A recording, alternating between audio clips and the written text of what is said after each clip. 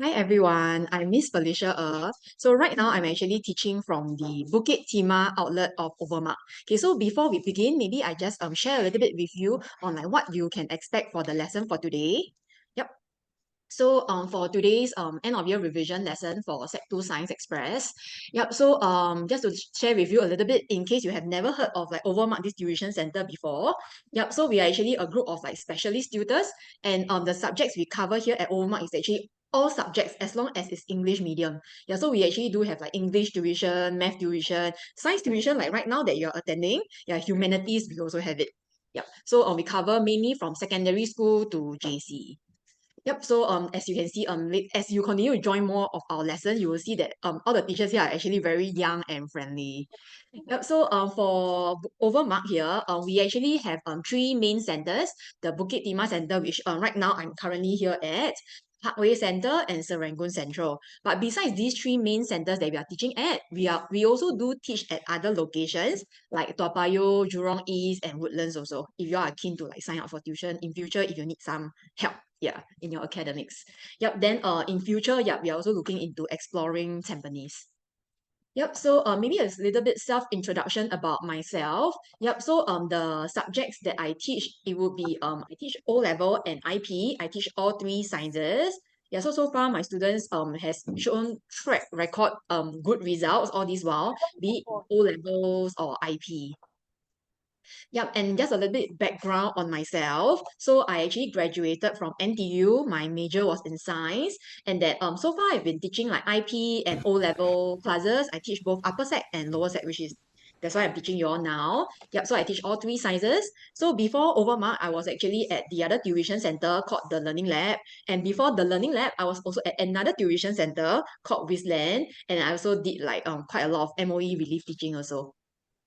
Yep, so just to share with you about the lesson content for today. So we will be going through key concepts. So for the lesson materials which you have downloaded, you realize that there will be actually notes at the front. Then later behind there will be like practice questions. I'll give you also. Yep. And then we will actually address misconceptions, like the common like mistakes that students make, and then like how do you tackle them. And we will also be going through some questions. So those difficult questions, I'll do it together with you all. Then the easier ones, I'll let you try on your own. Yep, and that the questions that we have selected today are the very commonly tested, so hopefully it might come out in your school exams. Yep, and then I will also be teaching you answering techniques because some questions, like maybe the questions from the chapter of the conduction, convection, radiation topic. Yeah, so those topic, right, the question is actually a very standard template. Same for osmosis and diffusion also. The question is like when they ask you to explain, there's a fixed way to write. So once you use that template to write, they can get full marks for that explain answer. Yep, so that's what I will be teaching you today. And of course, yeah, we will try out some worksheet questions. Okay, so let's make the most out of it for this 2 hour lesson now. Yep. For Keen, you can actually obtain the lesson material in our Overmark Telegram chat, the lower section. Zemiao, you are saying something, is it? So, all right, right. Yep. So you can actually you just search on Telegram. You just type Overmark lower sec. Then there is this Telegram group chat. You join in, then that's where the lesson materials are at. Okay. Okay. So sorry, let me distribute the worksheet to those physically here. Give me a moment, ah.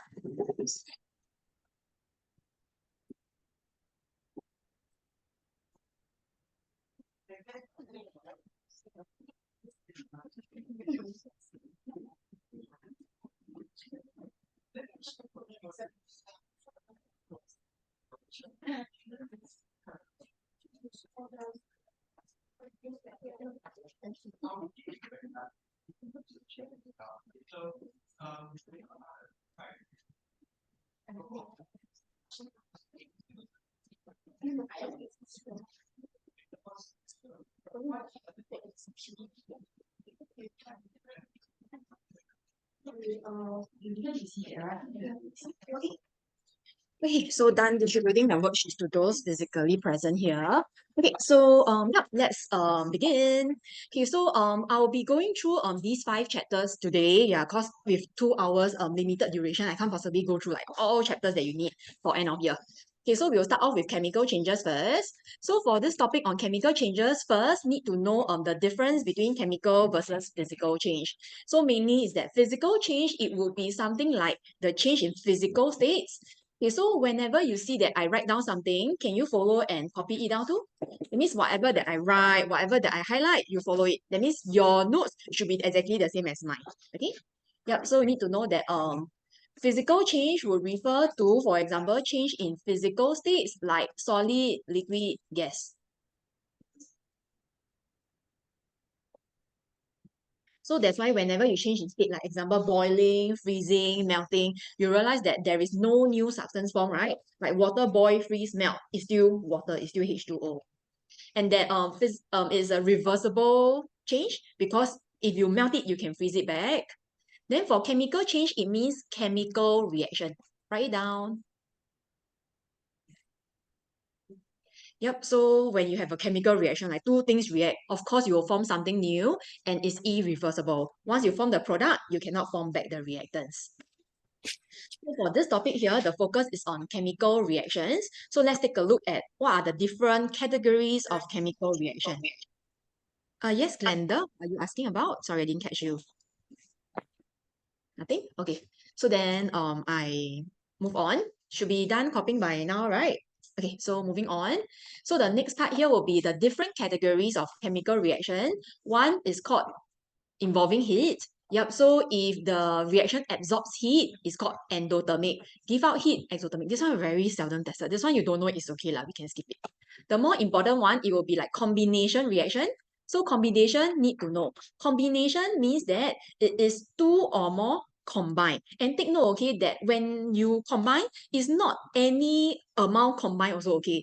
Like example, if I have 4 substance combined to become 2 substance, that is not combination. Because for combination, it is strictly, you can only form one. It means the end point must only be one substance. Okay, so that's why can you see like 2 combined into 1.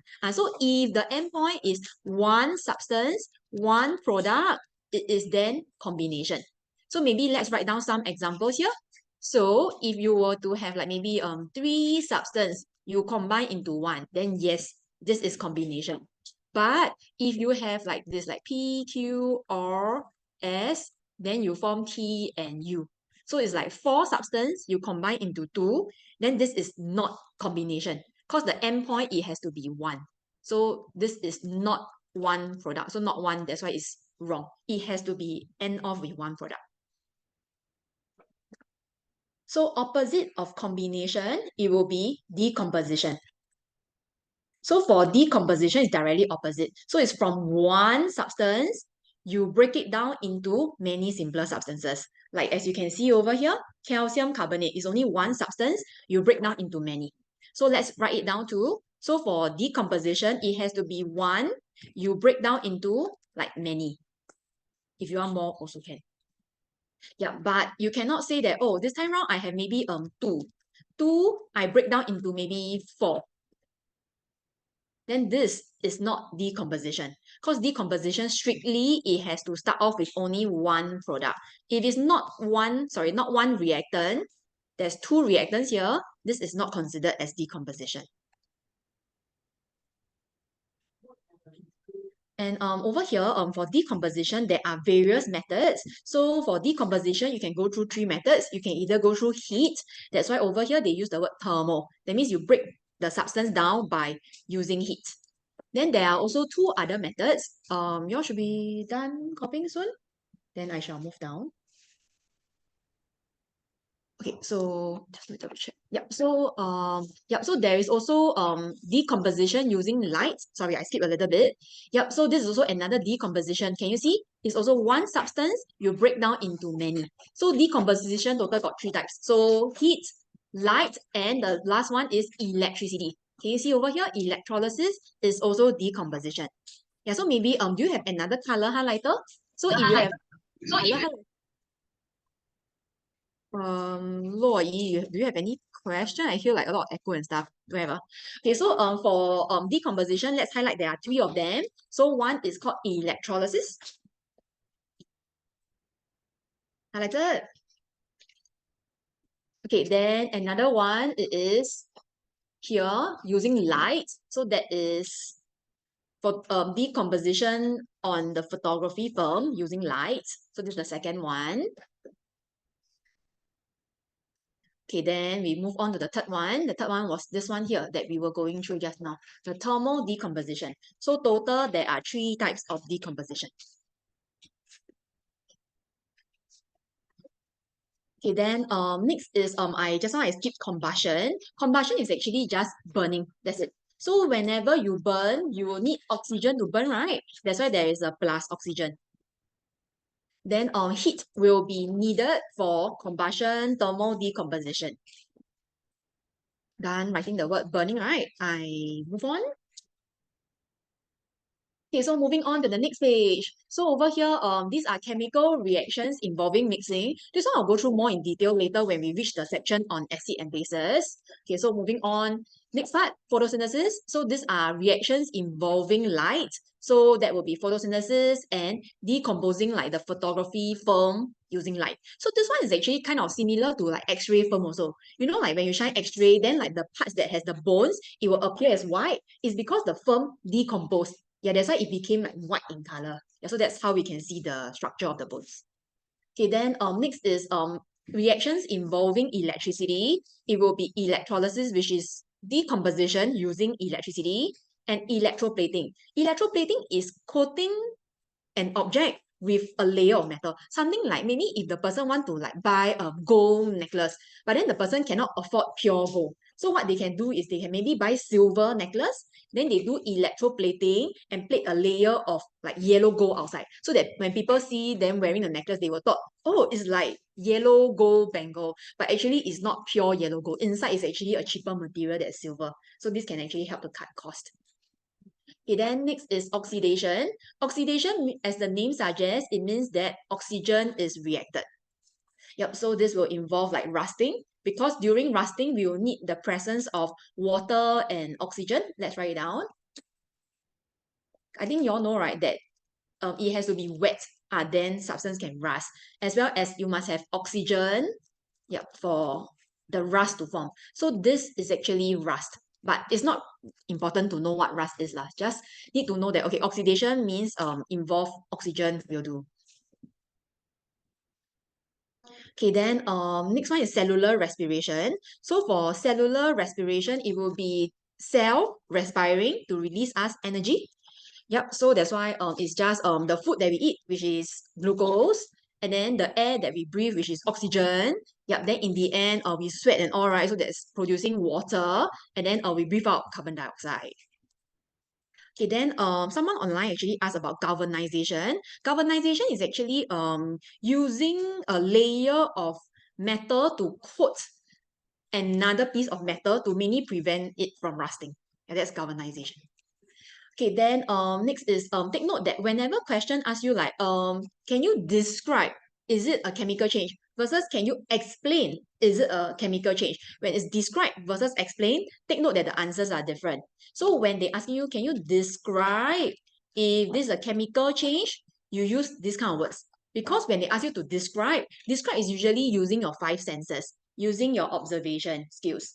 Yep, so that's why it will include like color change, because you can see that there's a color change, or that you can see that there is solid forming, or you can see bubbles. So you see, it will be like things that you can see or even feel, like you can feel that there is heat produced.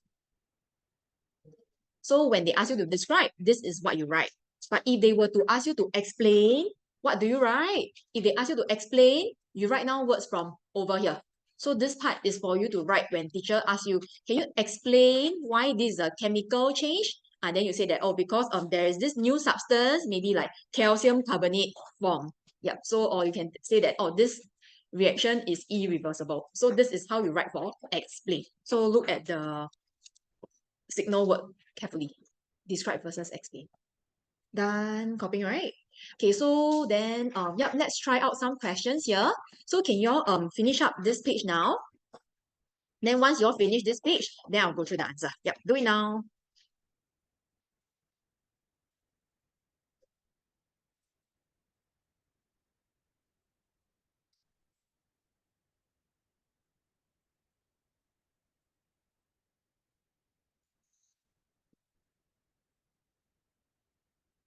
You can refer to the notes in front if you're not sure. Then for those of you who have revision kit, if you need like even more reference, you can refer to the revision kit. So just to let the latecomers know is that if you would like to receive a copy of the science Sec 2 science revision kit, you can actually visit any of Overmugged's outlet, like the Bukit Timah outlet, the Serangoon outlet, or the Marine Parade outlet on any of the school holidays. Yeah, generally from about 11 a.m. to 6 p.m. Yeah, it's available for collection. But of course, if you worry that you make a wasted trip to the centers, yeah, then you can actually contact Overmugged hotline. Yeah, so you can actually just Google search for Overmugged. Then there is a general hotline. You can just ask them whether is the center open, whether can you collect the revision kit or not.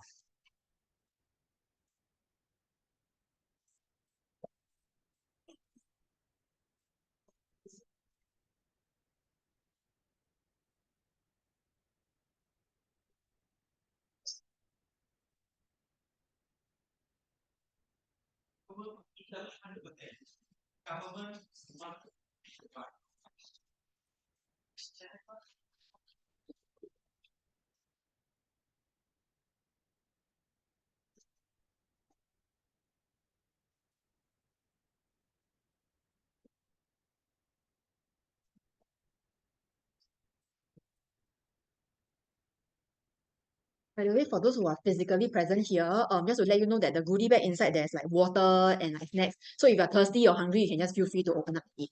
Yeah, so you are allowed to eat in the center. Then if you're not enough later, you can go to the snack bar to get. Yeah, so usually for students here, when they come for regular tuition, it's free flow snack bar. So if you want more, you can take it's outside, you just turn right later.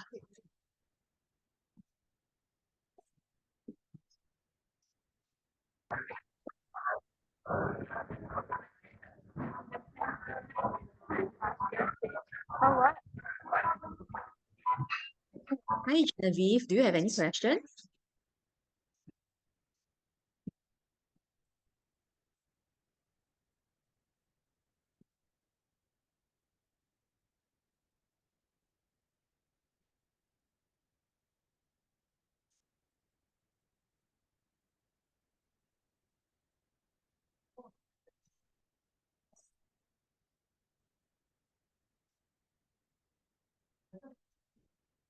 Okay, so I shall go through the answer now. If you are not done, then you note down the answer maybe somewhere, then you can come back and try it again at your own time.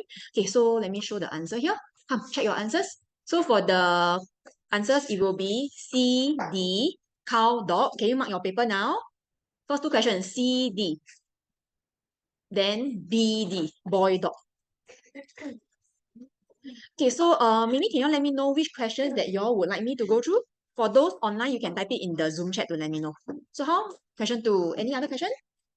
Mini question two, three. Okay, I'll go through question two and three. If there are more, you let me know later. Okay, so let's take a look at question two here.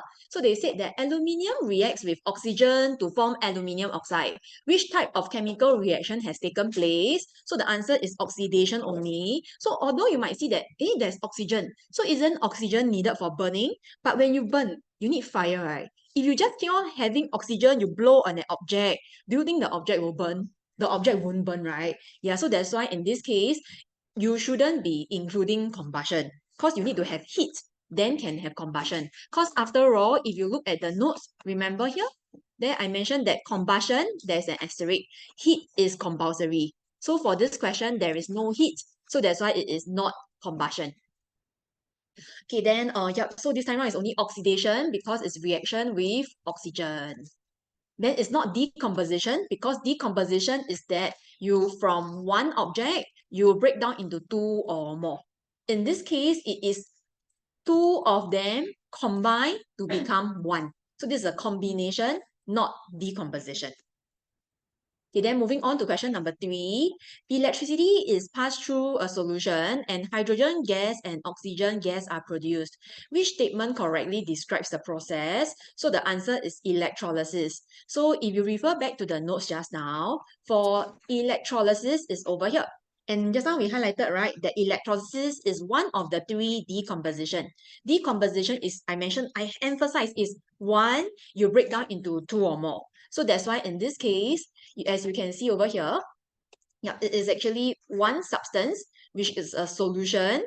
You produce two substances. Okay, so maybe let's write it clearly. Okay, let me just clear the screen. Okay, so let's write it down. It's a solution. So it's from solution, and then it will become hydrogen gas and oxygen gas. Yeah, that means one substance you break down into many. So this is actually electrolysis because it's a decomposition reaction. So for those of, especially those of you who got it wrong, can you copy down the explanation? Don't just write the ABCD, because if you just write ABCD, then in future when you revise, you don't even know like why the answer is like that. Okay, so then it is not electroplating, because electroplating, if you refer back to the notes here, it says that electroplating is that you coat one object with a layer of metal. And this time round, there's no mention of metal. It is hydrogen gas, oxygen gas. There's no metal. So that's why it's not electroplating. Because electroplating involves metal. But above, there's no metal. Next, oxidation. Oxidation, if you look at the notes, it means that they react and combine with oxygen. So for oxidation, which is it this page? No, I think it's the previous page. So for wrong page. Hold on, let me find, where is it? Oxidation, yeah, over here. So you see, it's oxygen that's added. Can you see? You react with oxygen. So since oxygen is added, that's why in this case, this time around is oxygen produced, which is incorrect. Yep, so oxygen should be on the left side, not right side. Yep, so you can write it down that for oxidation, oxygen should be on the left of the equation.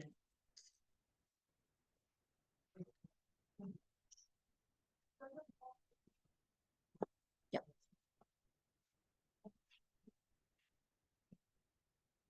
Okay, so done, that's all. For Blender, you can actually download the lesson worksheet from the Overmark lower sec Telegram group chat. But for the revision kit, you have to collect at the various centers. Are you going to go through question 4? Question 4. Yeah, sure, I can go through it now. Okay, so I move on to question 4. So over here, they said that some substances are heated in air and the observation made are recorded in the table. So which substance is most likely to have undergone a physical change? So the answer is that physical change, remember I told you, is something like change in physical states. Yeah, so if there is a change in physical states, isn't it just like that, you see? It's like it's always silvery gray, then you just keep changing in state. Like solid, you melt to liquid, liquid, you freeze back to solid. So take note that there shouldn't be a change in color. Why? Because as mentioned on the very last page of the notes, which is here, there. What are the observations for chemical change? Color change. Once there's color change, confirm it is chemical change, not physical change. Because like example, you boil, freeze, melt water, water won't change color. Yep, so that's why I must choose something that doesn't have color change. So you can write it down also that color change will mean chemical reaction. Okay, so I shall move on after you're done copying.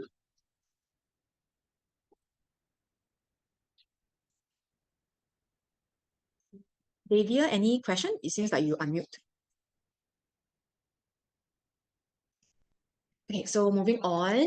Okay, so next part, it will be the acid bases. Okay, so for acids, you need to know that they are substances that produces H plus ions when dissolved in water. And take note that you need to remember the definition, because sometimes they will ask you, define acid. So 3 keywords needed. Number 1, you must mention that it is H plus ions. And then next is that when it's like dissolved in where? Dissolved in water. Sorry, so 2 keywords.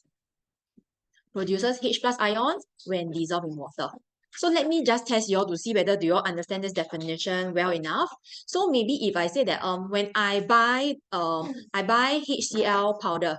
So then since we know that acid should have like sour taste, or like maybe I take a litmus paper. So this time around, if I have a HCl powder, I go and take my dry blue litmus paper, I go and touch it. Do you think my dry blue litmus paper will become red for HCl powder? And the answer is no. So HCl powder is not acidic. Yeah, because powder, it means that it is solid state. And that the key point is that it has to be dissolved in water, shouldn't be in solid state. Okay, how about this? If I take H2SO4 powder, I dissolve it in ethanol. You know, ethanol is found in like hand sanitizers. So in this case, by right, you shouldn't go and taste it. But what if there is a very cheeky student, like anyhow, yeah, he go and like taste it. So do you think the H2SO4 will taste sour? Does it taste sour or not? If you put like sulfuric acid dissolved in ethanol. Sorry, this is sulfuric acid. Yeah, so sulfuric acid in ethanol, do you think it will taste sour? This is hydrochloric acid. So how? Any idea? No idea? Again, sorry? It will what? Bitter. Bitter? No. Okay, good try. The answer is that it won't taste sour. Okay, it won't taste sour because the key point is must be in water. You cannot dissolve in any other thing. Strictly in water only. Okay, so if it's in ethanol, it won't be sour. Okay, so that's why the answer is that it is also not acidic. So even if I put a litmus paper in, the litmus paper still remain blue. It won't become red. Okay. Yep. So take note, okay, that you only have the H plus ions only when dissolved in water, strictly water. Okay, then next is that how to remember that acid will cause blue become red, because like acid is blue become red, alkali is reverse. So it's like sometimes you might be confused in the exam. Oh no, is it blue become red or is it red become blue? So how to remember? Usually the way that I teach my students is I also educate them a little bit about the world outside. Yeah, so it's like in Singapore we are actually in a very safe environment as compared to some other countries. Like for example, let me just show you an article. Good to have some general knowledge also. Like in India. Yeah, so in India, do you know that India is actually the country with the highest rape case in the whole world? It's like there are women constantly being raped like every day kind. Why? The reason is because the law in India is very biased in favor towards men. Yeah, so maybe if they rape a woman, right, maybe just fine like a few $100, then that's it. Then like the men won't feel scared, right? Then they will keep on commit the crime again and again. Yeah, so one of the thing that they did is that they will find that, oh, like, how come the wife, how are you talking to your male cousin? Just because male, right? It must be you too pretty, right? Then they will pour the acid on their wife's face. So that's why you can see like over here, like the acid is poured on her face and then her skin really burn and get destroyed. Yeah, then some of them, they will say they're like, why are you looking at your male neighbor? Because you look right, your eyes look at the wrong place, then they just like dig away their eyes.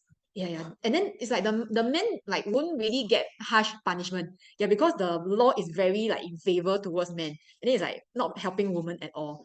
Yeah, so that's why like once you search like acid attack, you can see a lot. Yeah, it's very, very common. Yeah, even until nowadays. Yeah, so it's like all these are all the acid attack survivors lor.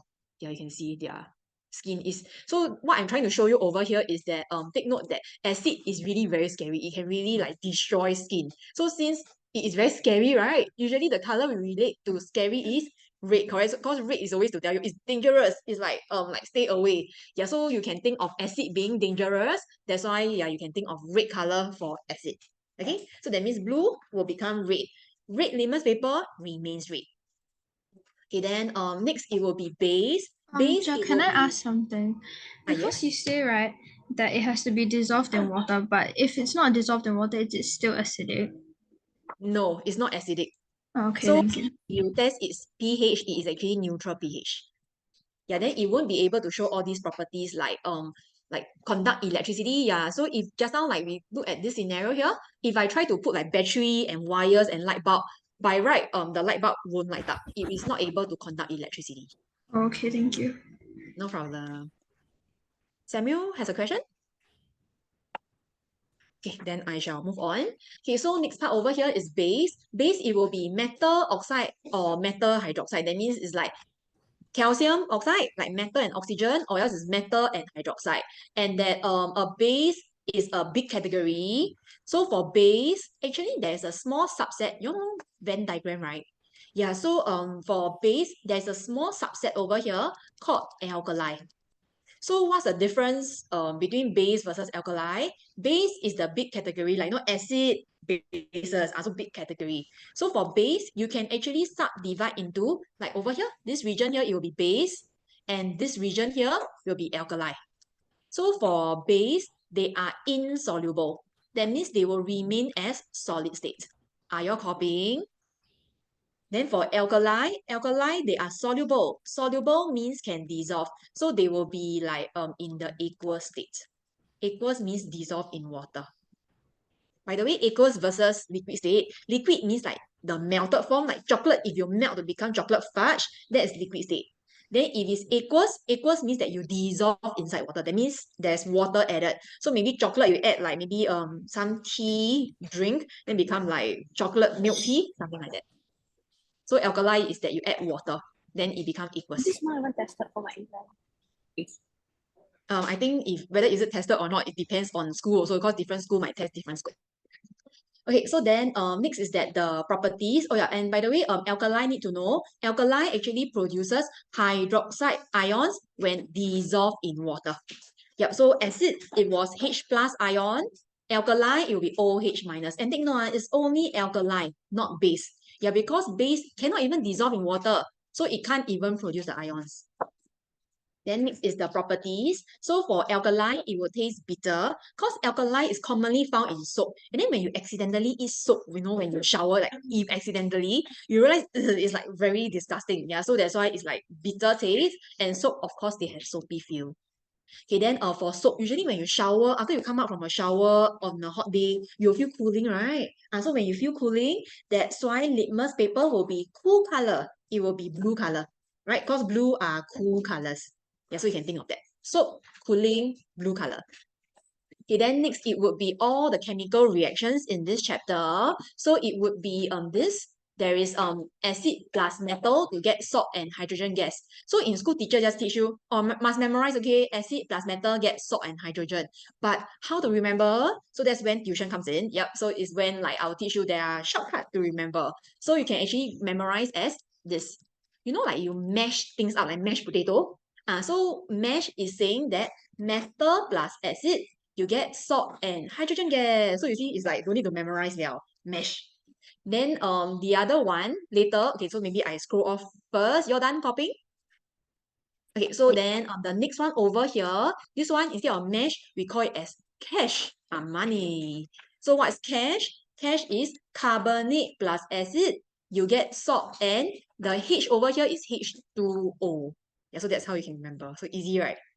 And then next is that because carbonate, I think quite common sense, carbonate of course will form carbon dioxide. So that's why besides cash, just remember to add in carbon dioxide. Okay?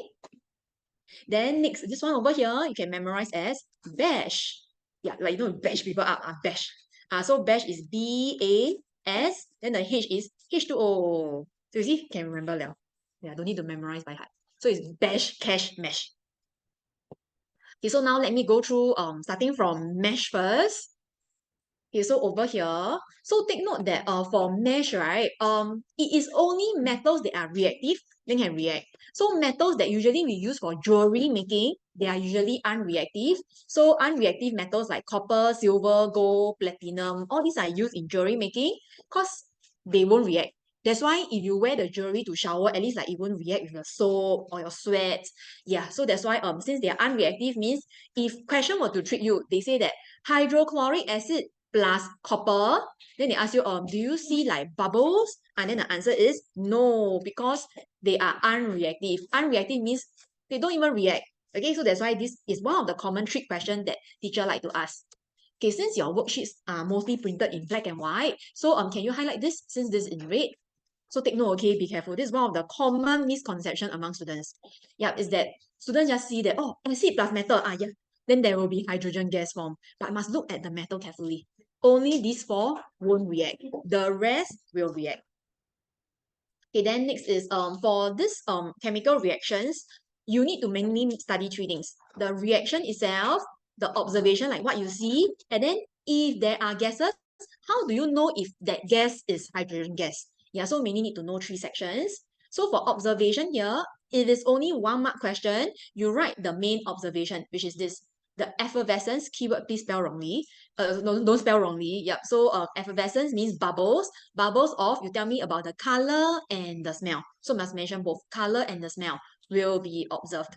Then if the question were to ask you like even more marks, like 2 marks or even 3 marks, then you can write the rest. Like, oh, you realize that yeah, temperature increased because this is a chemical change. A chemical change, there might be heat produced. And that because the metal keep reacting, that's why the metal decrease in size, or else the metal is completely gone. Yeah. So these are the observations. So take note, okay, this is observation for the reaction. Don't get confused with the test for gas. Test for gas means this bubble that is colorless and odorless. How do you know that it's hydrogen?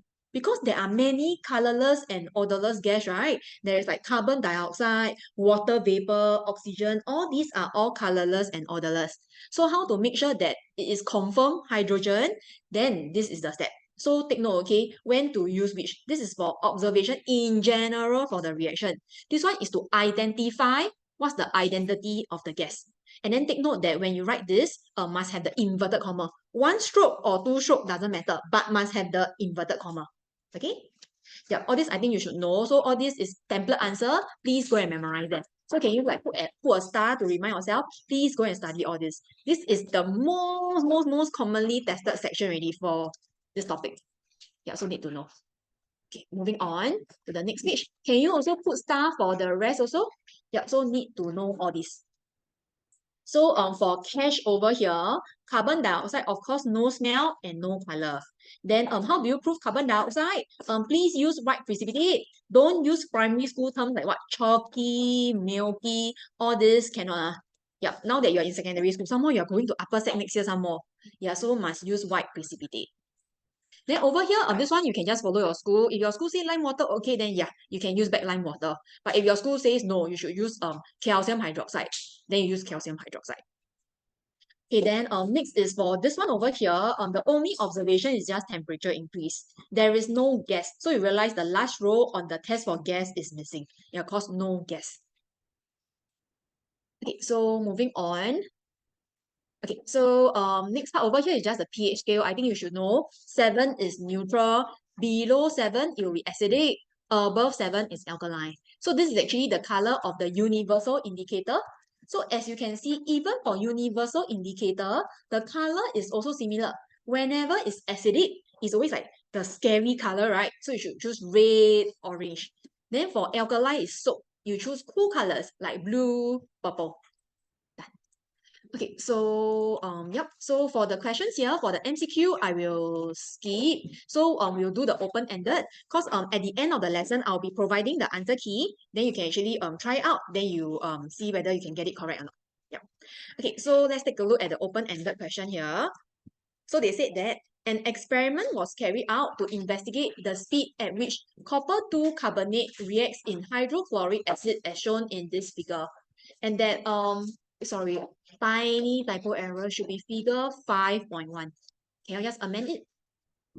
A conical flask containing copper 2 carbonate crystals and excess hydrochloric acid, as shown here, you see, copper 2 carbonate crystals in the conical flask. Hydrochloric acid is the liquid inside. Yep, was placed on top of an electronic mass balance to measure its mass.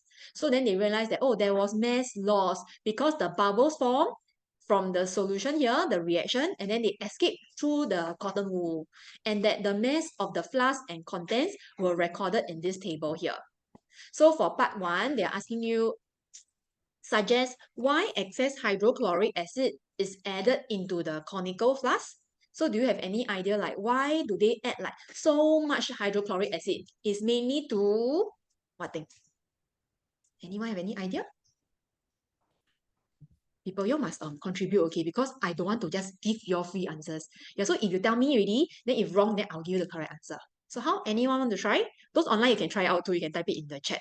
So Kane is saying that to act as a base for carbonate crystals, not really true because carbonate is not a base. Okay, so maybe I just go through a little bit about the acid and bases. Okay, so maybe you find somewhere in the notes where you can write it down. I'm using a blank screen here. Okay, so need to be able to differentiate between the 4 of them. There is acid. Can you find somewhere to write it down? Just some blank space available. Yep, so I'm going to give you some examples. You see whether can you recognize is it acid, base, alkali, or salt? Okay, so how do you distinguish the four of them? So as mentioned just now, acid must always have H plus ions. That means base is the chemical formula has H. Then for base we mentioned, right? Base and alkali, they are always metal oxide, that means metal with oxygen, or metal hydroxide. That means metal with OH. Okay, so this hydroxide is OH. Okay, so between base and alkali, how do you decide? So mainly is that base, it would be metal with oxygen or metal with hydroxide, as long as it doesn't have SPCA. You know, there's this animal foundation called SPCA, right? The protect the animal one. Yeah, so SPCA actually over here refers to S for sodium, P for potassium, C for calcium, A for ammonium. Yep, so as long as they have any of this oxide or hydroxide, it will be under alkali. Yep, but then if it is like not SPCA, then it will be hi. Oh, okay, can. Maybe you give me like 1 minute, can? Yeah, thank you. Yep, so if it's non-SPCA oxide or hydroxide, then it will be under base. Okay, so right now, I'm going to give you some examples. You go and think about it and you write down. Is it option A, B, C, or D? Something like MCQ, okay? So I'm going to give you maybe, let me see. Oh yeah, by the way, sorry, I didn't mention about salt. Salt is usually, it's like in ionic bonding, it's like ionic compound. What does it mean by ionic compound? Ionic compound means that it's usually metal plus non-metal. Yeah, okay, so now maybe let me give you examples like calcium.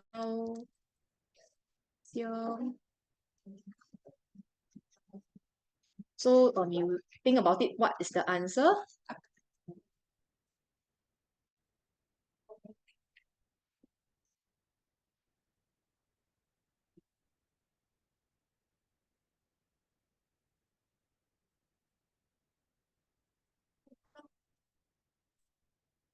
Yep, these three. So you fill in the answers. What do you think is their identity? Give it a try. I come back soon.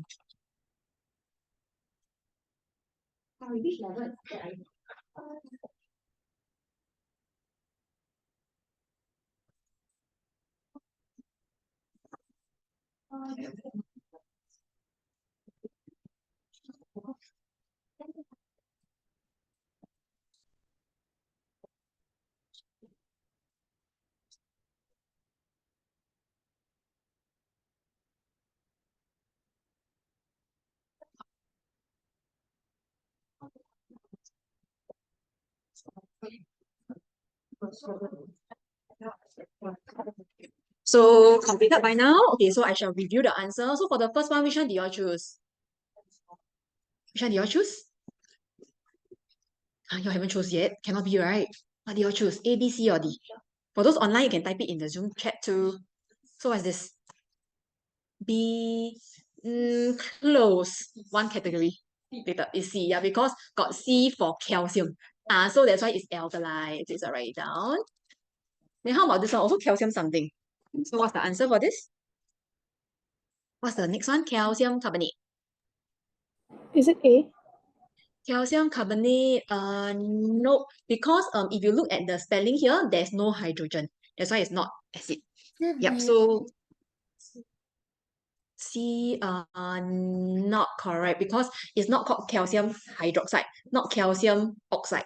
So this one is actually the last one because not acid, not base, not alkaline, everything eliminated. You know, MCQ, you choose the last one. So in the end, the answer is salt. Yeah, so every time we always see what acid plus carbonate. Actually, carbonate is a salt. Okay, then how about the last one?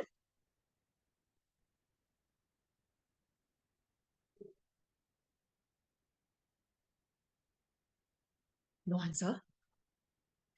What's this? Alkali. No, wait. Close. One Base, category base, difference. Base, yeah, correct.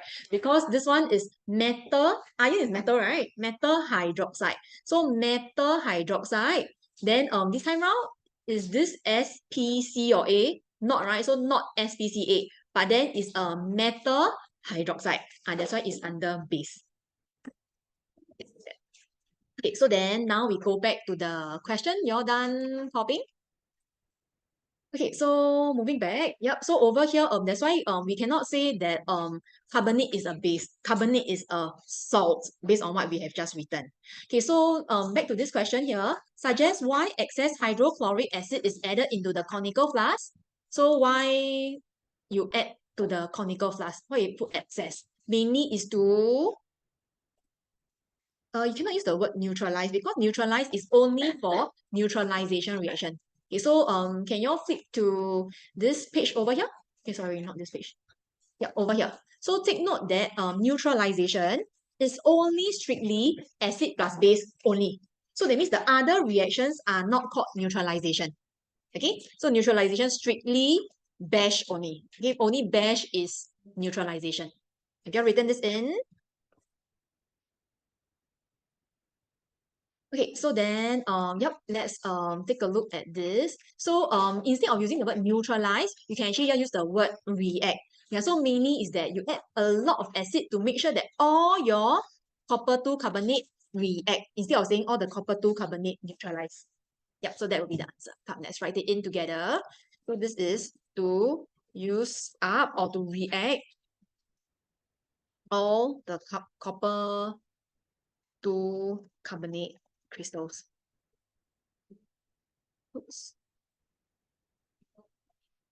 Okay, then can you fill in the table 5.1 now?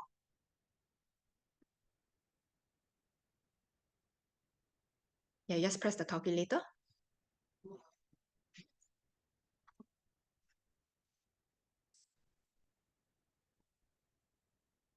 Yep, so do part 2 now.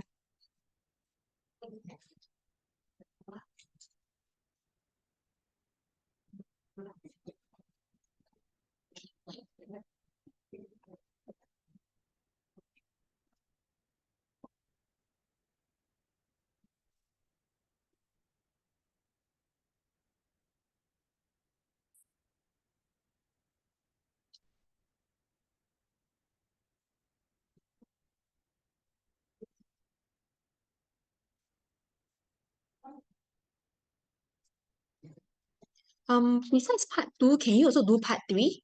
Yeah, so you just finish up this page. Yeah, do both part 2 and 3 now.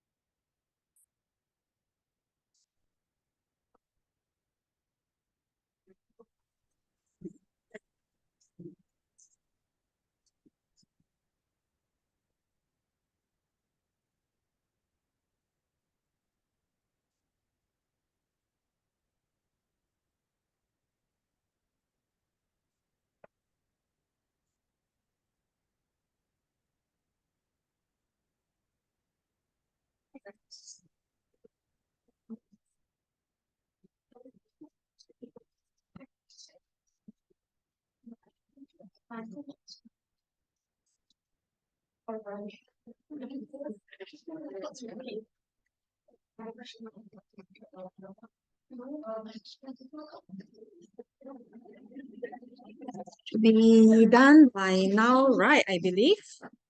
Okay, so I shall review the answer now. You all check and see if it's correct. Yeah. Check your answers. Just simple math, should be okay, right?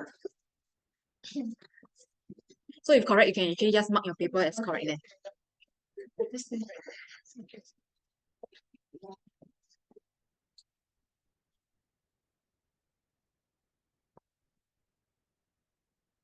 Okay, so I shall. Oh, don't need. You just write 4th minute. Or you write 4th also can. Yeah. Okay, so I shall move on in 3 seconds. Should be done soon, right? 3, 2, 1. Okay, moving on. For those online, if like you find me too fast, sometimes you can just take a screenshot. Then you can later catch up after the lesson. Okay, so moving on. Okay, so over here, part 4, they asked to describe a suitable method to test the type of gas present in the conical flask after the reaction has stopped. Yep, so what do you think you can do? So what kind of gas is it in the first place? Based on what you see. What kind of gas is it? Carbon dioxide. And now, can you flip to the notes and copy down the method to test for carbon dioxide? So what should you be copying? You should be copying the carbon dioxide, which is this part here. So this will be the answer for the part B. Part 4. Okay? So maybe this one, can I leave it to you to own self copy on your own? Yeah, you can just label this is question number 5A, part 4. IV. Okay? Then you just copy it on your own. Done noting down. I move on to part 5. Okay, so moving on to part 5. Write down a word equation for the reaction between copper 2 carbonate and hydrochloric acid. Okay, so first, you just have to write it in. That they say is copper 2 carbonate, you write copper 2 carbonate. Then plus the next one, which is hydrochloric acid. And then you just write in hydrochloric acid. Then arrow, what do you get? This is carbonate, right? So this is Ca. So this is CaSH, correct? So done with Ca. Then now you just write in the remaining, which is the S and H, which is the salt plus the water plus this is carbonate. Carbonate definitely have, just now we mentioned, right, is carbon dioxide gas. Yep, so you fill in those that you know first. So after done filling in those that you know, now we need to figure out what is this salt. You cannot write as salt, okay? You need to give the chemical name. So now you need to see which is the like atom that, like after you write out everything, which is the missing one? Which like, okay, so maybe we start off from metal first. Because remember I told you that salt is always ionic compound, which is metal plus non-metal. So which is the metal at the start that didn't appear at the back of the reaction? Correct. So that's why it's copper. So let's write in copper first. So follow copper got bracket too. Remember, for transition metals must always have the Roman numeral. So it's copper 2 what thing? So now let's check like among those at the start like this two, which atom that is non-metal didn't appear at the end? Correct. Then take note, the spelling is chlorine or chloride? Chloride. Yep, so that's why you spell with IDE. The second word must always spell with IDE. Okay, just remember. Cannot spell as the original form. So first word can be same spelling as the periodic table. Second word must always change to IDE. Okay, so moving on. 2 drops of universal indicator are added to different 10 cm3 alkaline samples. All the samples are colorless. Dilute hydrochloric acid is added drop-wise into each sample until the solution is no longer acidic or alkaline. So that means it becomes neutral. And that the number of drops of acid are shown over here. So for the part 1 over here, they're asking you which sample is the most alkaline. So maybe this time round, can I get those online to tell me instead? What's the answer for part 1? Which sample do you all think is the most alkaline? There's like 50 of you online. At least must have one person to tell me the answer. Okay. So what do you all think is the answer? Bleach? No, wait. Drain cleaner? Yes, correct. The drain cleaner. Very good. You all know why, right? Need me to explain? Okay, I think I should explain because someone online mentioned wrongly. Because if it's the super alkaline, means you need super a lot of acid. Okay, so that's why you should choose something that has that can produce the most acid. It's something that can give you like that needs more acid. Okay, then next, oh sorry, my drain spell wrongly. I see. Okay, then part 2, name the type of reaction between the sample and the acid. So alkaline and acid. Alkaline and acid, what's the name of this reaction? We went through just now. So maybe this time around I get those physically present here to answer. Yes, correct. So neutralization is strictly base. Yep. So base is alkaline. So this neutralization reaction. Part 3, how can you tell that the reaction mixture is no longer acidic or alkaline? So in this case, what did they use? They use universal indicator. How do you know that with a universal indicator, it is not acid, not alkaline? So how, anyone? Anyone knows the answer? Correct. Thank you, Sherilyn. Yep, is that it becomes green. Yep, so let's write down when the, okay, let me just say that the universal indicator turns green. Yep, done. Yeah, so you can just check the last page of the notes, which is over here. But I think yours is because most of yours are black and white, so I think you can't see the color. Then neutral. Neutral is 7. By the way, take note that the letter P, right, must always be a small letter P, even though it's the start of the sentence. Okay, so even start of sentence cannot be capital P, must be small p. Done. Okay, so let's now move on to the next physics chapter. Okay, so let's take a look at this chapter here, the transfer of thermal energy. Okay, so for conduction, convection, radiation, actually is that whenever they ask you for explain answers, right, to write, it's always a standard template answer. You just like copy, paste, then you just fill in the blank according to the context of the question. Like if they say like maybe a can of drink, and then you just fill in from the can of drink. Like just fill in the blanks correctly, then you can actually get full marks. But that's of course if you can identify correctly, like is it conduction, convection, or radiation. Okay, so over here, for conduction, need to know that best to poorest conductor, it will be solid is the best conductor, especially metals, then until gas is the poorest conductor. And this is directly opposite of convection. Because for convection, it will be gas is best in convection. There is no solid because convection cannot take place in solid. Yep, so take note, okay, convection and conduction is directly opposite. Then next, if it's like maybe question asks you why whenever we tapao food it's always like in styrofoam boxes or like plastic containers, and then how you fill in is that styrofoam, remember styrofoam we must always mention that it traps air, or like jacket also traps air. So take note that whenever it's styrofoam, can you write this down?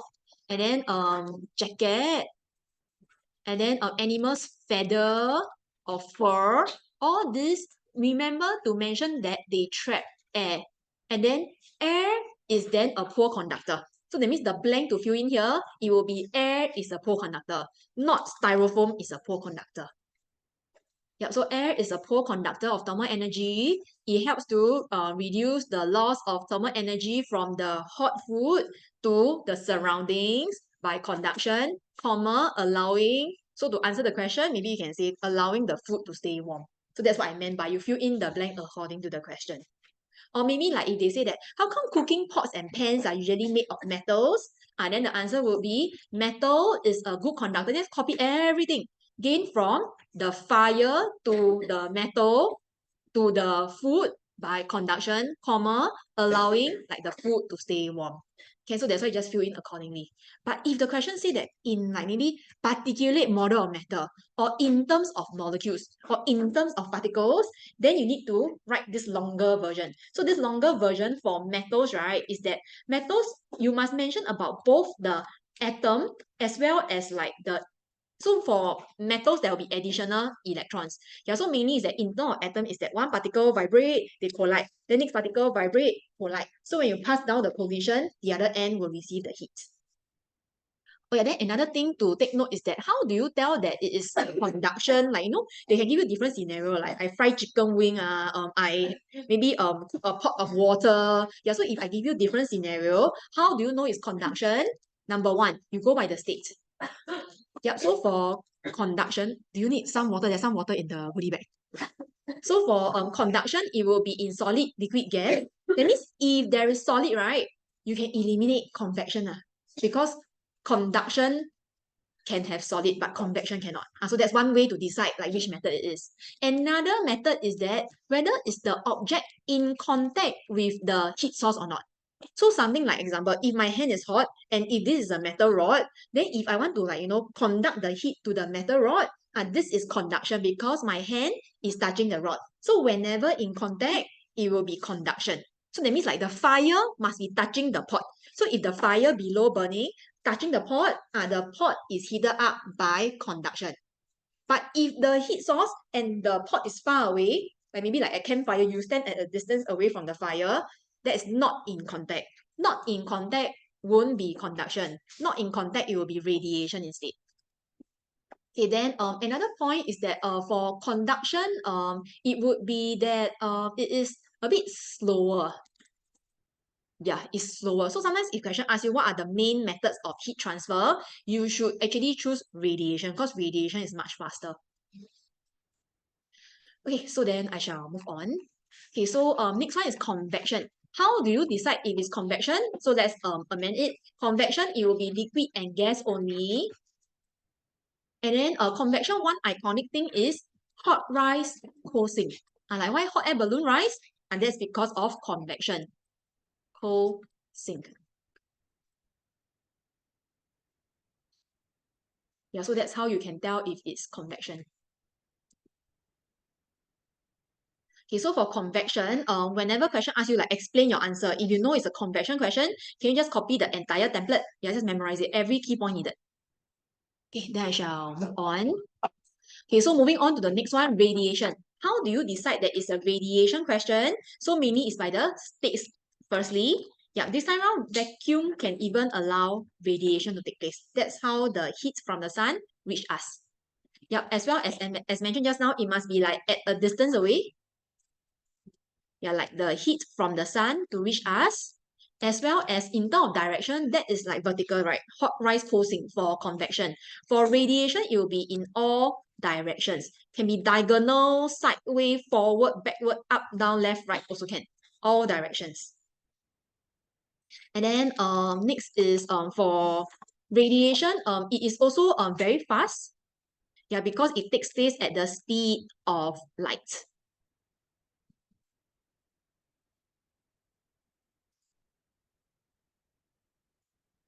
So Glenn, you're asked, sorry, just now I missed your question. You were saying neutralization is exothermic. Ah, yeah, because temperature increase.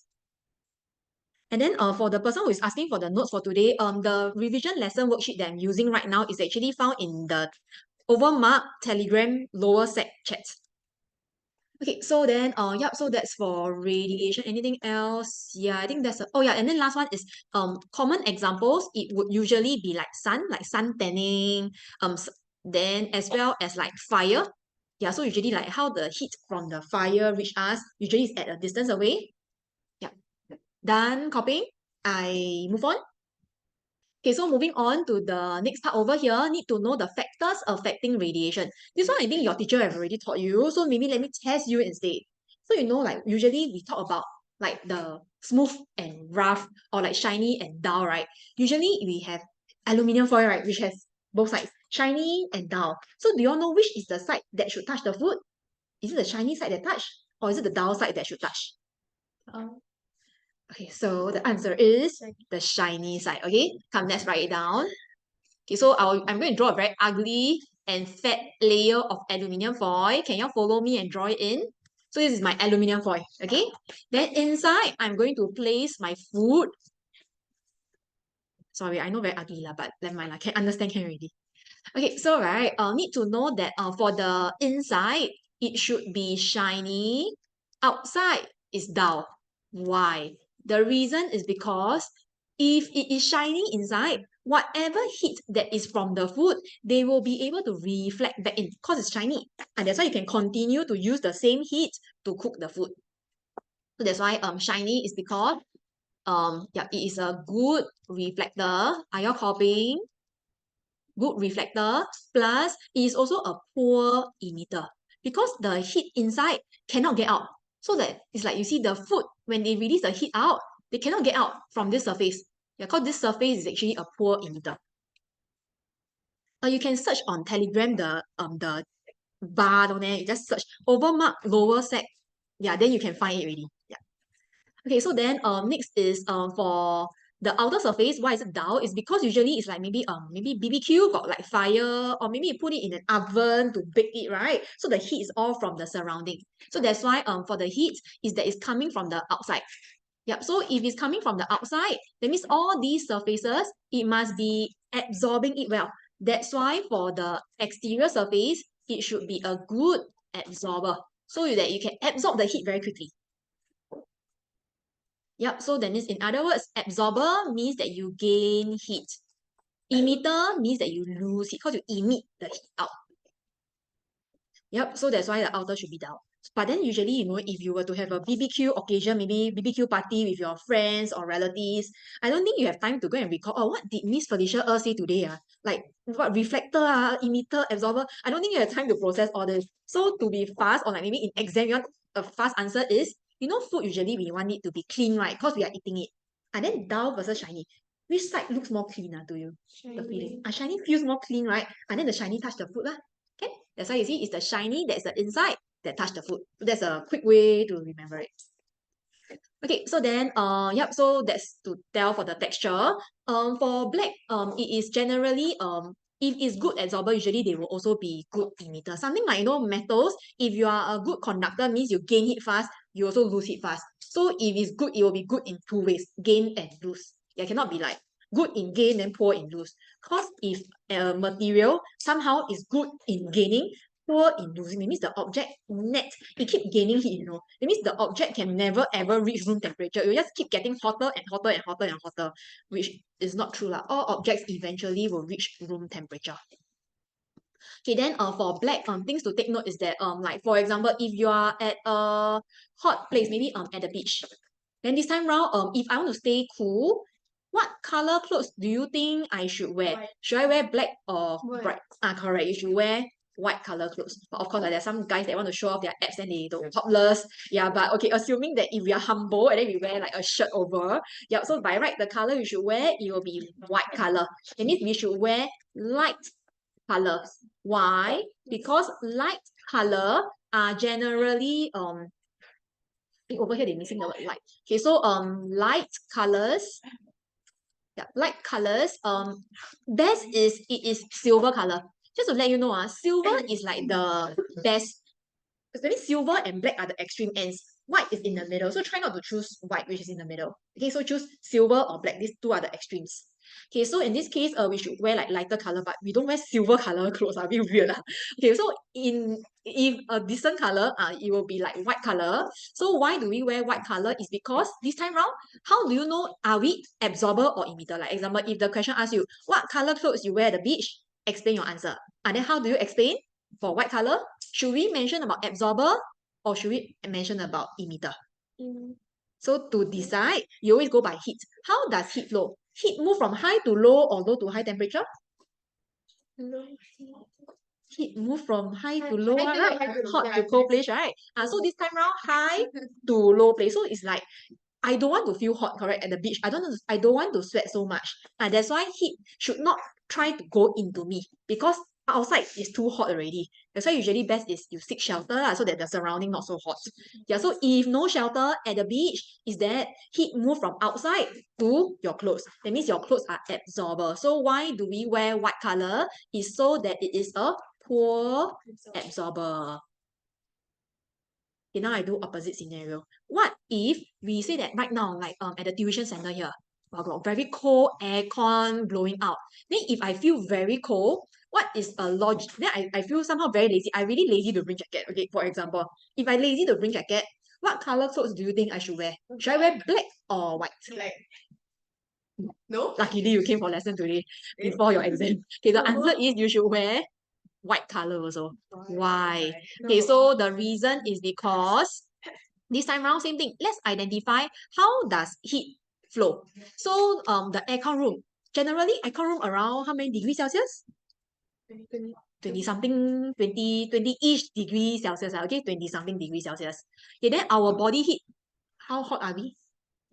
36. About 36 degrees Celsius. So how does heat flow? Heat always move from high to low or low to high temperature? High to low. That means high to low. Can you see that you are emitting heat out from your clothes? That means this emitter. So if the place is very cold, then I really lazy to bring jacket. I want my clothes to keep me warm, right? So best is I choose a color that is a poor emitter so that I can retain my heat, right? And then I can remain warm and I won't shiver. Yeah, so that's why it's poor emitter. Yeah, so that's why you should wear white because white is, as mentioned here, light colors are poor emitters. Okay, so that means in other words, actually black is just to act cool only lah. If you look over here, hot place, cold place, don't wear black, wear white. Okay, so just remember, black is just to act cool only lah. Okay, unless Yeah, so that's why like clothes-wise, you should wear white color to stay cooling or to stay warm in hot or cold places. Yeah, but of course, black still has its use. Like for example, like cooking pots and pans, usually it's black because you want the pot to get hot very fast.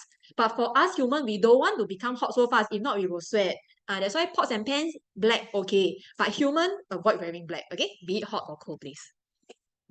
Okay, the rest I think you should know lah, like how surface area temperature affects it. Okay, so I shall move on. You're done copying, right? Yeah. Okay, so then the next part over here is the answering techniques. So same thing, better or poorer, you base on top. Absorber or emitter, you always check the direction of heat flow. Heat must always move from high to low temperature. Then after that, this is the first sentence. Second sentence is based on if it is better, then you choose greater. If it is poorer, then you choose lower. Because a better student should have greater score, right? A poorer performing student should have lower score or something like that. Yep. Then next is if it is absorber, you use the word gain. If it is emitter, you use the word lost. Okay, then just fill in the blank according to the context of the question. You're done annotating, right? Yeah, you can color code like the way that I did. Now it's because like we need to chunk a lot of topics. If not, usually for this lesson for my class, I always have a Kahoot to let them try out like can you tell is it like absorption? Is it radiation, convection, or conduction? But I too bad today no time. Let's focus on exam techniques. Okay, so let's try out the questions. Okay, so likewise for the MCQ, I'll leave it to you to try on your own. There will be a written explanation. Yeah, so later I'll give you the answer key. You can download it, then you try it, then you mark it on your own. Okay, so let's take a look at question number 5 over here. So they said that thermal conductivity is a measure of the ability of a substance to conduct heat. And the figure shows a setup to investigate the relationship between thermal conductivity and the time that the clock will go off. Then they show you the thermal conductivity. So part 1, define conduction. So the definition of conduction, can you just check your school notes? My notes don't have because my notes, I only pick up like the key element. Yeah, so this one, you just check your school notes and then you just do it on your own at home. That's definition.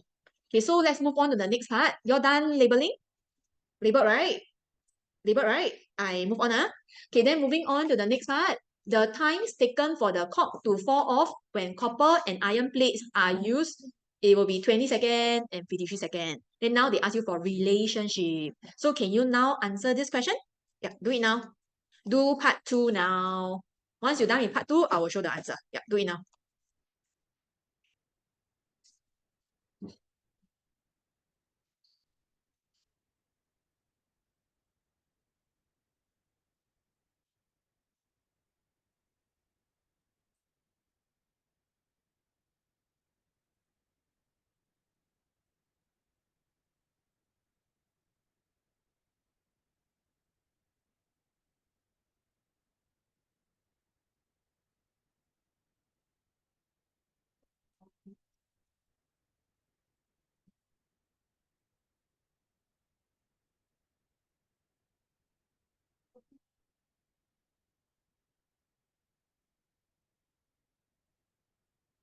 Should be almost done by now. Quite straightforward, right? Just a relationship question.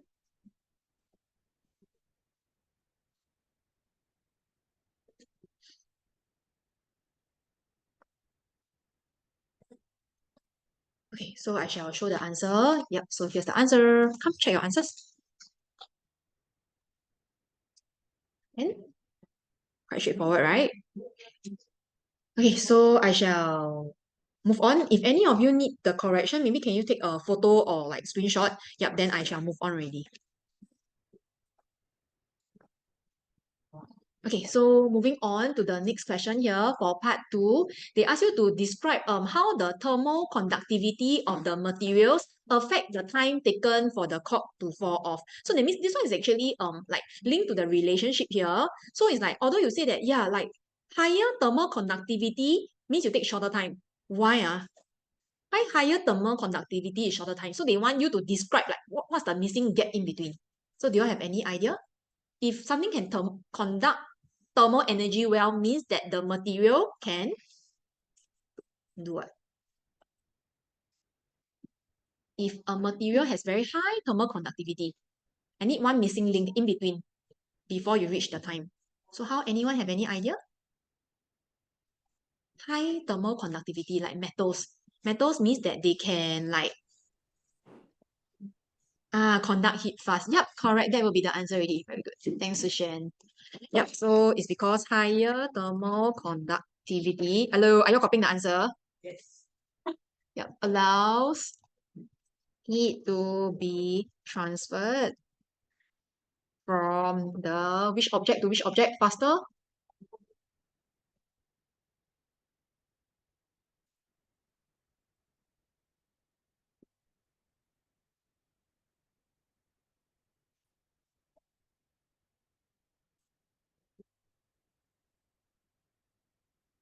Okay, so this time round, can I get for those online to tell me what's the answer for the first blank here? Then later, those physically here, I'll ask them for the second blank. The metal plates. Yeah, correct, which is the heater or the metal plate. Yeah, can. Okay, so okay, I would say it's usually when we write about the direction, we always write right from the beginning to right at the end. So it's actually from heater to metal plate to the wax. So that's why I start off from the heater first. Yep. But if you write metal plate also okay. Okay, then okay, last one I already said the answer. So yeah, the answer is wax. Okay, so moving on to the next part. So over here, they said that figure 5.3 shows a saucepan containing water on a hot plate. So part 1, name and explain the main processes. You want to highlight it?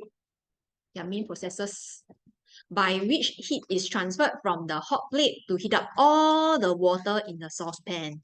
Okay, so maybe this time round, can you all give it a try? What do you all think? Is it conduction, convection, or radiation? Conduction. Correct. Need one more, right? Conduction and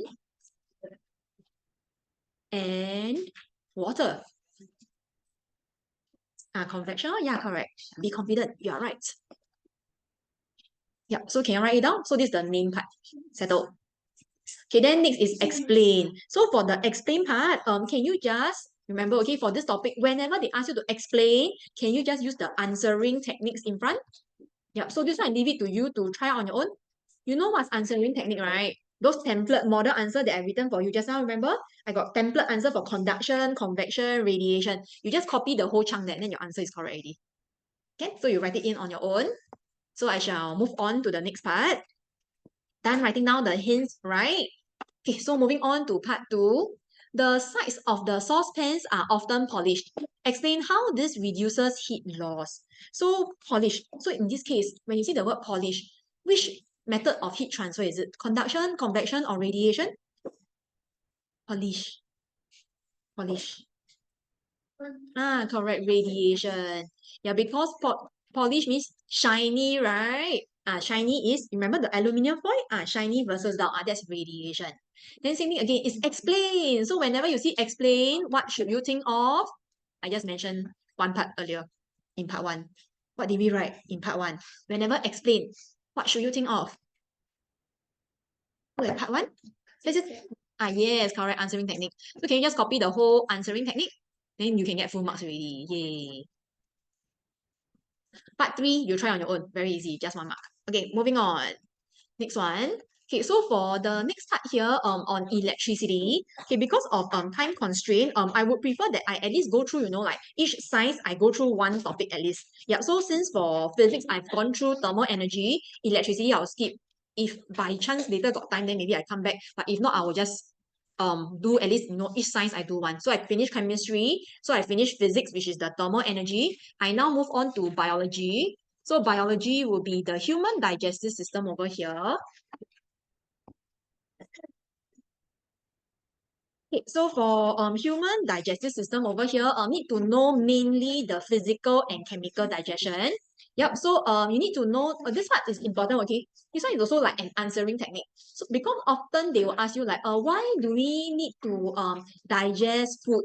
Or sometimes they might ask you, say that like why maybe starch, protein, fat need to be digested, but then like water don't need to be digested. Yeah, so then this will actually be the answering technique. Yeah, so mainly it's because it is large and insoluble, you cannot absorb it. That's why you need to make it to become instead smaller and soluble. So if it's small enough, can dissolve, then it can enter our blood so that it can be transported to all organs in our body, all cells in our body. Okay, so for the digestion for mouth, you start off with physical digestion. Physical refers to the size. Something like, if I say, what is my physical build? My physical build is, I'm very slim. So physical means like the body size. Okay, so then in this case, we will talk about the size, like chewing. Because when you chew, you break it into smaller pieces. For enzymes means digestive juice. You will learn this word enzyme. There's actually a chapter on enzyme in Sec 3 Bio if you choose to take Sec 3 Pure Biology and Combined Biology also. Yep. So enzyme means digestive juice. So in this case, what is the digestive juice? The digestive juice is amylase. So take note that digestive juice, the spelling always end off with ASE. So whenever you see a lot of unknown words, right, you're not sure, or maybe they might give you some new digestive juice name because maybe it's an application question. Whenever you see ASE, right, confirm digestive juice. Okay, so take note, okay, ASE. Spelling end off with ASE. So you need to know that starch is digested by amylase into maltose. So starch is actually the biggest size. Maltose is the mid size. So because our mouth, we usually chew a while, then we swallow now. So that means actually our mouth can't fully digest it yet. That's why later the maltose will further be digested. Okay, then next is esophagus. Esophagus is actually just pushing the food down by like contracting and relaxing. Something like, if you want to squeeze the toothpaste out or like I squeeze the food to my stomach, you need to like press, let go, press, let go, press, let go, correct? To squeeze the toothpaste out. So that's why it's contract, relax, contract, relax, contract, relax. Next, the stomach. So stomach, it will churn food because stomach is actually a muscle. Yep, so that's why sometimes like when you're hungry, you can hear your stomach like the kind of like hungry sound, right? Yeah, it's because your stomach is actually constantly moving. Then if there is like some liquid inside, then it will actually shake the liquid. That's why there will be some sound inside. Yep, so stomach is actually a layer of muscle which will actually contract and relax. That is called churning. So churn is actually they contract and relax. Yep, to break the food into even smaller pieces. And in the stomach, there will be hydrochloric acid, and the digestive juice protease released in. Yeah, so usually if you were to vomit, the things that you see, it will be a mixture of partially digested food. There will be actually hydrochloric acid and actually the digestive juice. That's why I don't know whether you can remember, like in the past, if you were to vomit, right, you realize there's this like sore throat kind of feeling after you vomit, like a bit painful sore throat kind of feeling. Why? It's because of the acid burn the esophagus. Because our stomach is used to the acidic nature, because actually this is a bit beyond syllabus, is that stomach actually there's a layer of mucus. Yeah, that's why the stomach doesn't digest itself, but it digests the food because of the layer of mucus to protect the stomach from the acid as well as the digestive juice. Yeah, but then the esophagus is not equipped to have acid, right? Because acid should stay in the stomach. Yeah, so the esophagus, if you were to vomit, there is no mucus layer. That's why it will burn the esophagus. That's why in the end, your esophagus will feel the burning sensation. So like sometimes you keep drinking water after you vomit, it doesn't go away. It's because already burn liao. Something like, your hand, if you accidentally burn like with fire, you keep drinking water or you keep pouring water, the burn doesn't go away. It just takes time more for it to heal on its own. Yeah. Okay, so anyways, again, same thing. Whenever you see the spelling ASE, it just means digestive juice. And this digestive juice digests, as you can see the name, digest protein from the big size into the middle size, which is called polypeptide. Okay, so then from the stomach, then they will release the food bit by bit into the small intestine. That's why usually you realize that we're only hungry like maybe every 4 to 6 hours. Yeah, it's because usually food is contained within the stomach. Because stomach is still quite big. But small intestine very skinny, right? So you cannot like, once I eat, immediately go into the small intestine. The small intestine cannot expand because it's too skinny.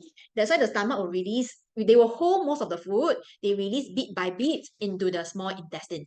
So in the small intestine, there will be physical digestion. I don't know, does your school teach you bowel? If your school didn't teach you, you can skip this lah. Bowel is actually a kind of chemical, but not enzyme. Because enzyme, the spelling is ASE. Bowel is not an enzyme. That means not a digestive juice. Yep, so what it does is that it just emulsify Emulsify means breaks up the big fat into small fat. So you will realize that it is still fats. That means there's no chemical digestion. Because chemical digestion, remember at the start of the lesson on chemical changes. Yeah, so chemical changes, we will say that it is called we say that if it's a new product form, then it's chemical change. This time of fat is still fat. So this is a physical change because no new substance form. No new substance form. If one will link to chemistry lah. Yeah. Okay, then for chemical digestion here, yep, it will be to fully digest it. So just now, whatever left over in the mouth and the stomach that didn't digest, they will digest it now. So that means the starch and the protein, yep, they will digest it now. So as you can see over here, the starch and the protein, which just now maybe some of them escaped and didn't get digested, now the small intestine continue to digest it. So it's the same reaction again. But the small intestine need to fully digest it because you all should know that small intestine is the last stage of digestion. So that's why it should fully digest it into these two. Yeah, so that's why it will continue to digest. As long as protein, it will always be digested by protease. Then can you look at the spelling here? The spelling is always ASE. So all these are all digestive juice. They are all enzymes. Okay, then yep, so for polypeptide, which is the mid-size, you will digest into the smaller size. So this amino acid size, it will be suitable for absorption already.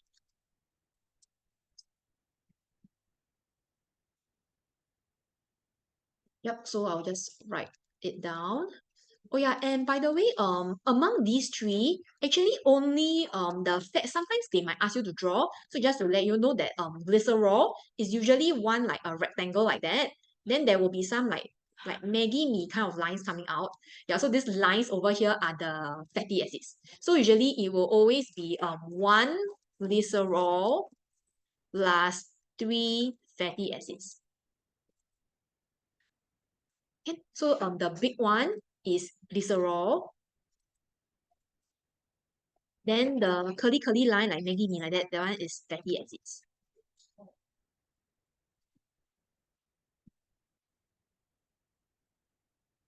Carbohydrates is just a general big category, just saying that, in terms of carbohydrates, so everything here is like carbohydrate, like starch, maltose, and glucose. So these carbohydrates, and then they can be digested by like carbohydrates. But carbohydrates, there are specific ones, like amylase, got maltase, got some more also.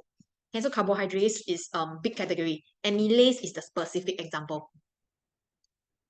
Okay, then for fats, there's no middle size. Fats just get digested by lipase, then become this. So lipase, the way to remember the enzyme name is like, I don't know whether you all heard before that some people who have a lot of like fats, they do surgery to remove the fats instead of the usual like exercise and slim down kind. So that is called like liposuction. Liposuction means you suck out the lipids. Lipids is like fats. Yeah, so if you heard before, then you can use that to remember. If not, just have to remember it. Okay, then yep, so the small intestine will then absorb the food nutrients, like the small ones, as well as the water. Okay, so take note, what you learn in primary school is that large intestine then absorb water, correct? But to be truthful, right? Yeah, what you learn in primary school again is a bit wrong now. Okay, so because primary school they scared it's very confusing, so they omit away. Actually, for water, it's mainly absorbed in the small intestine. So whatever residual that is not absorbed in the small intestine, it is then absorbed in the large intestine. I don't know why MOE always like to do like that. Like they teach you the wrong one last time, then now they correct you. Same for secondary school also. Like right now in Sec 2, you learn that the electrons is like the third shell is only until 8 electrons, right? Then when you go to upper sec, third shell is not 8 electrons, you know? It's more than 8 electrons. Then it's like, huh, what you learn in Sec 2 is wrong. Yeah, so it's always like that. Yeah, so anyways, take note, okay, that water is mainly absorbed in the small, not large intestine. Large intestine do absorb, but they absorb the residual one, yeah, that is like it left in the undigested food. I think you all know what rectum and anus is, so I shall move on. Okay, so done highlighting, right? Okay, so same thing for the MCQ. I purposely have a lot of questions so that you know you can practice it on your own at home. Okay, so let's take a look at the open-ended. Okay, so for part A, I will leave it to you to do on your own because it's just labeling, very straightforward. Okay, so for part B, we do together. Both physical and chemical digestion takes place in the alimentary canal. Explain why physical digestion is important. So why do we need to do physical digestion. Physical digestion means breaking it up in terms of its physical size. Correct? Yeah, so it's like, example, like chewing. It's like, that's physical digestion. Or stomach churning. So what's the purpose of breaking it into like smaller pieces? Easier, faster digestion. Faster what thing? Faster digestion. Yes, correct. That's one of the points. Yep. So mainly is that we want it to be faster digestion. But how come when you break it into smaller size, how come can have faster digestion? There is a missing link in the middle. Larger surface area. Yes, correct. To increase the surface area. Yep. So that would be the answer. Okay, so you just write it in on your own at home. Okay, so this is the answer. You know as SA, right? In case you don't know, you can spell it out. Surface area. Okay, so moving on to part C. A student said that food is not digested in part B. Do you agree with this statement? And explain your answer. Okay, so maybe can you first tell me, what is part B? What is part B? Based on the diagram. Correct. Esophagus. Yeah. Okay. Depending on how strict your school is, by right, actually, now that you are in secondary school, should use esophagus. But some schools are lenient, they say can use gullet. Okay, so if you're not sure whether your teacher will specify or not, use esophagus. Yeah, because when you go to upper sec next year, gullet not allowed at all. Has to be esophagus. So why not you learn the correct version now? Okay, so how? Do you agree with this statement? Yes or no? No, because Correct. the Yes, also correct. So answer is yes and no, both. Okay, so maybe we start off with why no first. because the food that is being digested in the mouth is still being digested in the gullet. Yeah, correct. Because there's still like leftover the saliva, right? That you swallow it down. Because when you swallow, you don't only digest, you don't only swallow down food, you swallow the food mixed with the saliva. Yeah, so that's why the answer is no. There is still digestion because the enzymes in the saliva, can you follow and copy it down? Are still working on the food as it goes down it. That's a no. But can also be a yes. Okay, so let's write down both. Why? The answer is yeah, no digestion. Why no digestion? What about organ B? Why B cannot do digestion? Because there's no enzymes being released. Very good. Perfect. Yeah, so there's no enzymes secreted by B. Yeah, that's why no digestion. So both answers are acceptable. As long as your reasoning is logical, will do.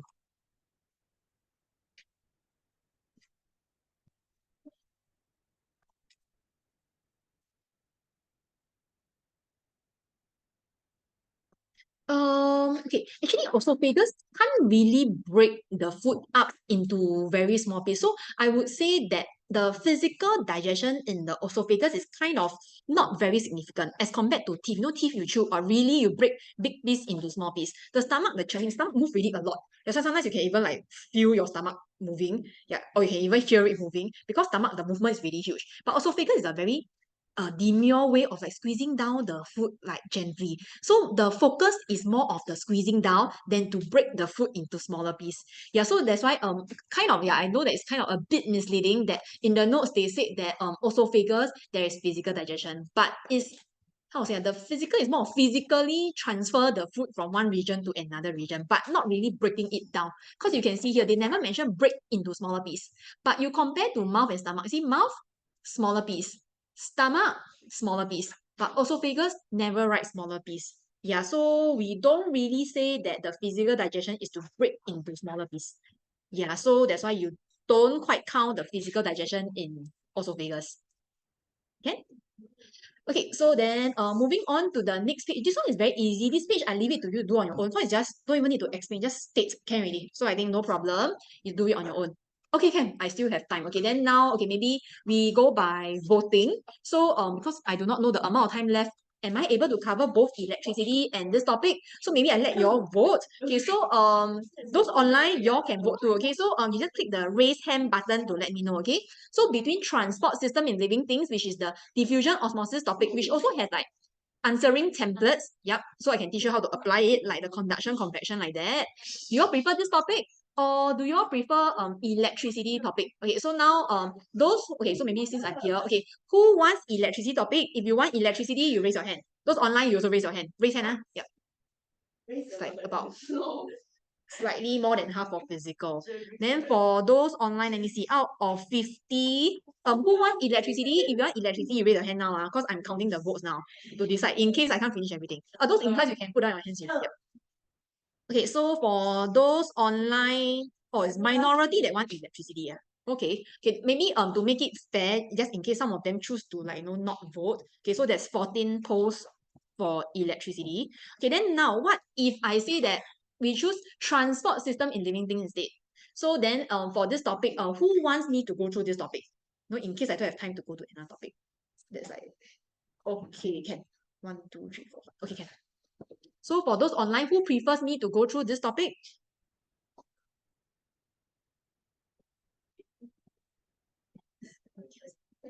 Okay, so I do the math. So just now it's about I think there's about 5 of you physical. Then this class is 12. 12 minus 5 is 7, right? Yep, so wait, 14 plus 7 is how much? 21. 21 plus 5 is 26. Okay, so 26 means 21. So 26 is transport. Okay, so we'll go through transport. I'm very democratic. Because today's lesson I can't go through every single topic. Yeah, so that's why I just picked a few chapters. For sexual reproductive system, you all just learned it recently in school, so I take it that it's still very fresh in mind. So that's why the topics I picked is the earlier topics. Yeah. So if you want the reproductive system notes, you can still come down to any of OVERMUGGED centers at either Bukit Timah, Serangoon, or Marine Parade to collect the physical. Wait. No, sorry. I think our revision kit, we only have these 5 topics. Yeah, we didn't include the rest. Sorry. Okay, so I shall go through this now, but of course, if later I got time, I can go back to electricity if got time.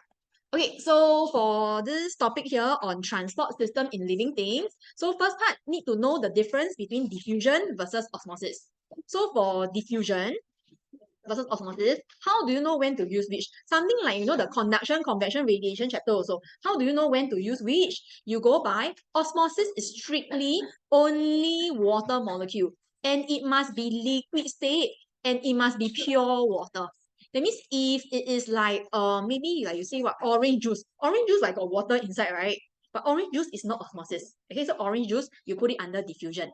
So diffusion will be for they mention here any substance, as compared to osmosis is water molecules only. And take note, must be liquid state.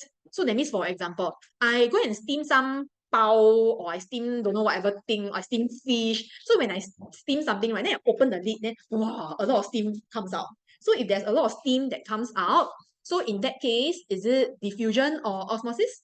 Can you tell? Steam is like the water vapor. Water vapor. So in that case, do you think is it diffusion or osmosis? Osmosis. Is diffusion. Why? Because steam is gas. Gas, it will be this side. So this side is, I mentioned, strictly liquid state only. Okay, so this is, you want to write it down second time? Yeah, you write it down again. Must be liquid state, pure water. So steam is gaseous state. Gaseous state, it will be under diffusion. Okay? Okay, then next is that for osmosis, another requirement is that you must have partially permeable membrane. Oh, over here. Require partially permeable membrane. For diffusion is optional. Have diffusion can happen. Don't have diffusion also can happen. That means have or don't have diffusion can still happen. Okay, then yep, so that's why like just now if I talk about like steaming the pao, then the water vapor floats up. So in that case, we will say that it's osmosis, because when you steam pao, we don't put a layer of partially permeable membrane. A bit weird, right? Like why would you put a membrane? Yeah, so that's why no membrane, then it's not osmosis, because that's over here. No membrane. Okay, then maybe another one. For example, if I spray perfume. So if I spray perfume, in that case, is it diffusion or osmosis? If I spray perfume. Diffusion. Correct. It's diffusion. Because perfume will be under any substance and don't have a membrane.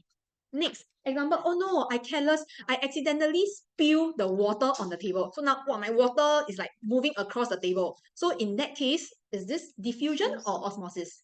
Osmosis. No, Got membrane or not? Don't have membrane, right? So don't have membrane, that means diffusion. So although it's really pure water, it's really pure water, but it's still So diffusion. what if you have like, you know, those bottles that have like The filter. Tough, A yeah. filter is still not membrane. Membrane, it will be either cell membrane or viscine tubing. Yeah. Then y'all were asking about like steam condensed onto the food. Does it count as osmosis condense and enter the bao?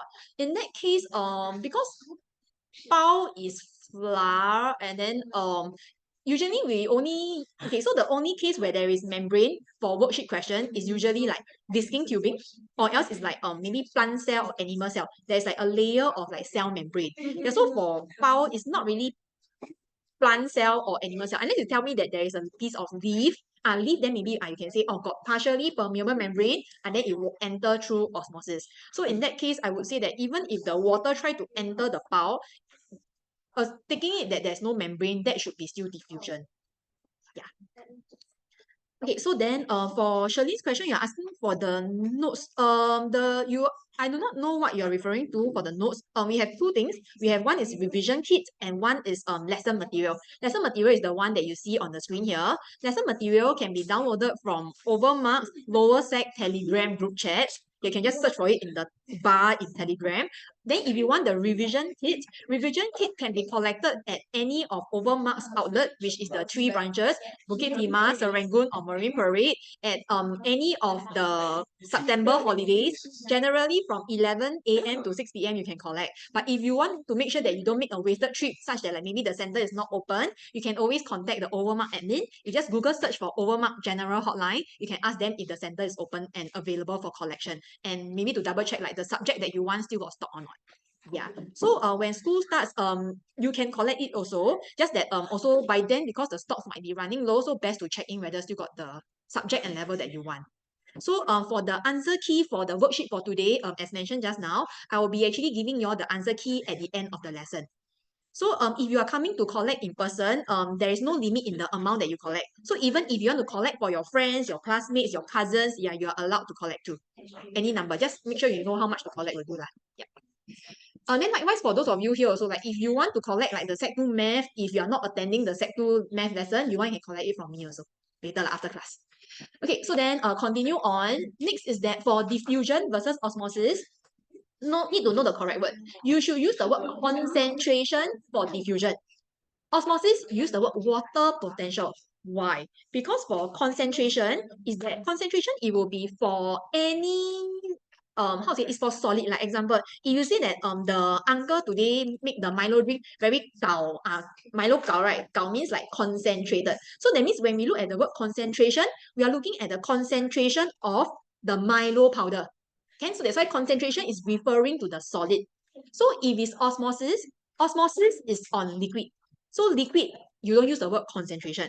So liquid, we use the word water potential instead. Yeah, because to refer to the amount of water. So that's why make sure you use the correct word. Don't say water concentration for osmosis. Yes. I can't hear you, sorry. Yeah, sure, go ahead. Okay, so then so for diffusion you use concentration, osmosis you use water potential. So maybe can you all follow me and draw this out? So we are going to draw a triangle. So one side will be like very high in concentration. Then the other side, it will be low in concentration. So when you have high in concentration, that means a lot of powder. That means this time round, if you got a lot of powder, that means the water-wise will be little bit, correct? Because if you have like Milo gao, means you put way more powder, very little water. So that means on the left side over here, we would say that it is actually low water potential. A bit no space. Let me write on top instead.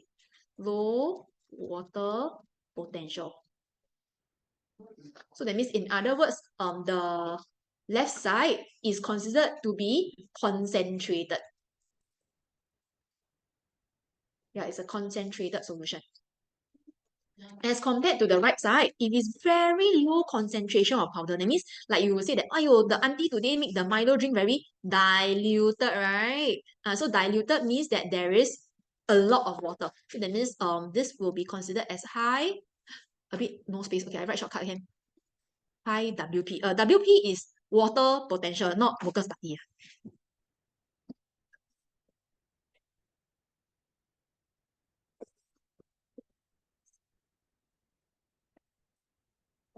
So if you notice, actually the water potential and concentration, they are directly opposite. When your water potential is low, the concentration is high. When the water potential is high, the concentration is low. So take note, okay, it's opposite. But when you look at diffusion and osmosis, it will always be high to low still. High to low. Okay, so it's always high to low. Because like for playgrounds, like by right, it's always move from high to low naturally. So if you move from high to low, is you do not need any energy. So don't need energy is called passive. If you need energy, opposite, it will be called active. Like example, if a kid very active, wow, full of energy, instead of climbing down the slide, he might try to like climb up the slide instead. Cause very active, a lot of energy. But passive is like, you know, maybe a girl like has a crush on this guy, very cute guy. If she very, very shy, you know, very passive, you know, like very like, you know, like hide back. Yeah, so that's called passive. Because like she don't even want to put in energy and try to even like walk nearer to the guy and say, hey, hi, hey, where you going? That kind of thing. Or like, hey, you eaten lunch already? Not. Yeah, so it's like the girl very, don't want to use any energy to approach the guy. So passive means don't need energy. Okay? Yeah, so passive is opposite of active. Okay, so then, yeah, so these two process, cause you come down the playground slide, yeah, it's always from high to low, that's why all don't need energy. Okay? Okay, so then I shall move on. You're done noting down, right? Okay, so moving on to the next part here, it will be how do you use all these templates? Yep, so if it's a diffusion question, you need to either use the first one or the second one. How do you know when to use which one? For the first one is when got diffusion. Like you know that like maybe I spray perfume, the example that I asked you just now, perfume means they move from one point to another point. So diffusion, you should use the first paragraph because you must identify, or maybe like maybe which part has a higher concentration of maybe perfume than which part. So maybe you can say that the front part of the classroom has a higher concentration of perfume than the back part of the classroom. So the perfume particles diffuse from the back part, the front part of the classroom to the back part of the classroom. Now a concentration gradient. And this causes the cell to, so for this part here on the describe the cell, you fill in the blank based on this. So that means these are the 4 words that you should write. So you should either write cell and burst, or turgid, or shrink and cremated, or plasmolyzed. So this describe cell part, can you see these 2 parts here? You just refer to the next page and fill in accordingly. Then for the second one is when there is no diffusion, like maybe both sides, the concentration is the same. Then no diffusion. Then you use the second template. Just tell me, oh, because this side and that side has the same concentration of perfume. That's why you just copy down everything. Okay, so this is like a model answer. Once you memorize this, you write an exam, right? The explain answer, you'll get full marks. So try to memorize it for your exam. Yeah, so by using this template, all the keywords required will be present. Okay, then next is for osmosis. So for osmosis is this template, just that you only change the word concentration to become water potential. And then instead of like some particles, you change to water molecules. Because remember, for osmosis, it is strictly water liquid state only.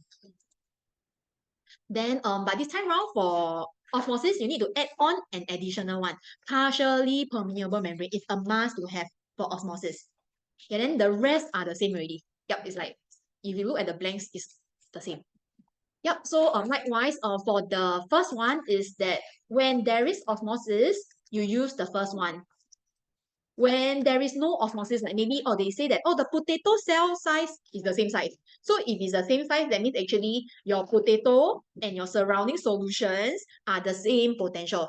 Because same water potential, that's why no movement of water. That's why the potato cell, same size. So that's why for the second one, you should write when the cell remains the same size when there is no osmosis.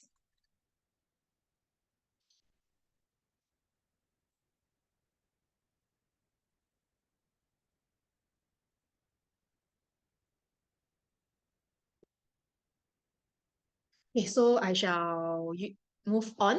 Okay, so then yeah, so for the describe cell part, how do you choose? So it depends on the question. Is it an animal cell question? Or is it like potato cell? Potato cell, it will be plant cell. So you see the question to see which category, then you check in the end, is the substance moving in or moving out? If move in, animal cell will burst because don't have cell wall. But plant cell will become turgid.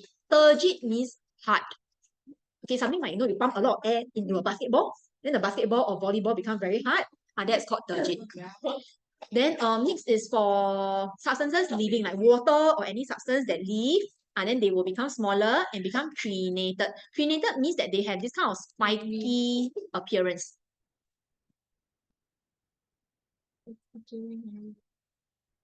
Yep, so usually how you draw, right? Take note, in biology drawing, take note, you cannot draw spiky edges. So how you draw, right? You'll be like that.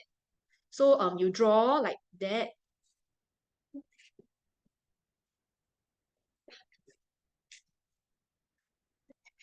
Something like that. So can you see like the sharp edge, it has to be curved. So take note, okay, in biology drawing, no sharp edges. So biology drawing, take note that there should be no sharp edge. So that's one. Number two, when you draw it, right, make sure that when you draw, it should be at least 50% of the space provided. So if you draw too small, you will actually get marked down. So the size must be at least 50% of the space provided. Okay, a bit no space. Let me shift it up. Can you follow and copy these down? Then number three, make sure that the label lines has to be horizontal or vertical. And then don't have arrowhead. I think for lower sec, maybe they are still quite lenient. Like if you draw like diagonally, I think can still be accepted. Yeah, but for upper sec, like next year, then they will be even more strict. Yep, so by right, if you label the lines, like for example, like here, you want label like nucleus, you label like horizontally. So if you label like that, nucleus, wrong. So the below one is wrong. The on top one is correct. Because you cannot have arrowhead. Then cannot be curved line. It must be straight line. Yep, then yeah, then there is no need to color. Don't color. If you really want, you can shape. That means like draw the lines, but don't go and color it. But don't waste time in coloring it lah. Just label will do. Okay, don't need to go and color. Yep, so then anyways, plasmolyze over here, need to know what plasmolyze means. Plasmolyze means that the cell membrane shrinks away from the cell wall.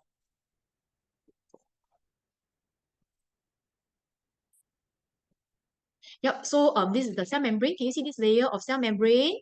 Yep, it will shrink away from the cell wall. Yep, so that's what it means by plasmolyze.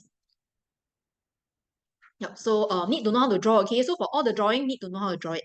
Yeah, because you'll be required to know how to draw it exam. Yep. Okay, so then I shall move on. You're done copying?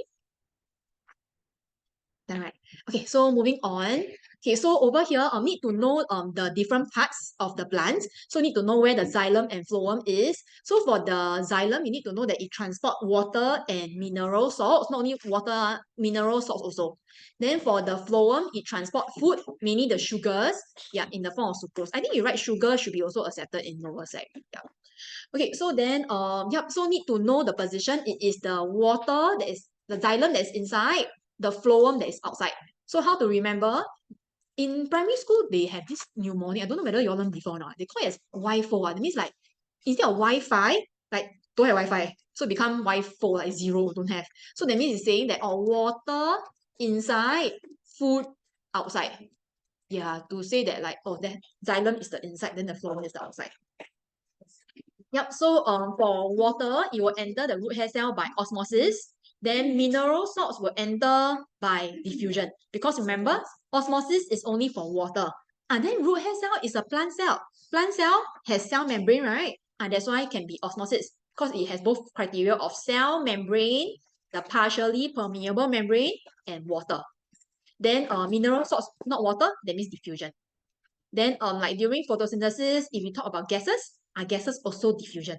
Because only water in liquid state, then osmosis. The rest, like oxygen, carbon dioxide, they are all diffusion. Okay, then moving on. So next part over here, it will be the done with transport in plants over here. It will be transport in human. Yep, so for human, there will be 4 types of blood. Yep, so red blood cell, take note, red blood cell transport only oxygen, nothing else. So that means even if the cells produce carbon dioxide, it's also not by red blood cell. If it's carbon dioxide, it will be the rest, which is plasma. So plasma transport all. So all except oxygen. That means carbon dioxide is also under plasma. Okay, then like if it's like white blood cell, yeah, it's part of our immune system to fight infections. Yeah, so actually our body system is about like our immune system versus a virus. See who is stronger. So if our immune system is stronger, then we will be able to win the virus, then we kill the virus, or something like the weak strain of COVID now. Yeah, but then if the virus is stronger, like the initial strains, then the virus will kill us instead. Yeah, then we die. Yeah, so that's why just to let you know that actually, like sometimes if you have COVID, then you go and see doctors, right? The medicine the doctor give you, right, actually doesn't kill the virus. What the medicine do is just to suppress the symptom. Something like, like if you eat the cough syrup, when you eat, okay, very good. Now I start, my coughing is reduced. But do you realize after like 4 to 6 hours, my coughing come back again? Why? Because the medicine only suppress the symptoms. It doesn't kill the virus inside. To kill the virus inside you is actually by your white blood cell, your immune system. Yeah, that's why usually doctor when they give you like maybe cough syrup or like running nose medicine or like paracetamol like for headache, usually there will be this drowsy effect. Do you realize a lot of medicine cause drowsiness? Why? Mainly is to make you like to be like more sleepy so that hopefully you have more rest. Because our immune system, how to make it strong, right? Is actually by having number one, enough rest, and number two, vitamin C. Yeah, so actually how you recover from any flu viruses is actually your body's immune system, not the medicine. Yeah, so actually without eating medicine, you can still recover. Just that you just feel very tiring. Or like example, if you keep on have runny nose, you can blow on it, wow, I mean the skin here all like tear already. So that's why like the medicine is just to make you feel less bad. Yeah, make you feel a little bit more comfortable. Yeah, but actually the medicine doesn't kill the virus. It's the white blood cell. Then for the platelet it will be to clot the blood to minimize blood loss. Yep. Then next part over here it will be the 3 blood vessels. So for artery, need to know that A for artery, A for away from the heart. Yep. So usually the way I write will be like that. A for artery, A for away from the heart. Yep, so that's how you can remember. Because it's pumping out from the heart, away from the heart, that's why it will be at very high blood pressure. So since it's very high pressure, that's why it has to have a very thick muscular wall due to the high blood pressure coming out from the heart. Yeah, so that's why it has to be thick so that the blood vessels won't burst easily. Because if the blood vessel bursts, right, what if it bursts in your brain? Then that is stroke, Yeah, so that's why you cannot let blood vessel burst easily. That's why it has to be thick. Then for vein, as the name suggests, vein is V-E-I-N. I-N means into the heart. Yeah, so if it's going back into the heart, that means the pressure is very weak. That's why the walls is very thin because the pressure very diluted already.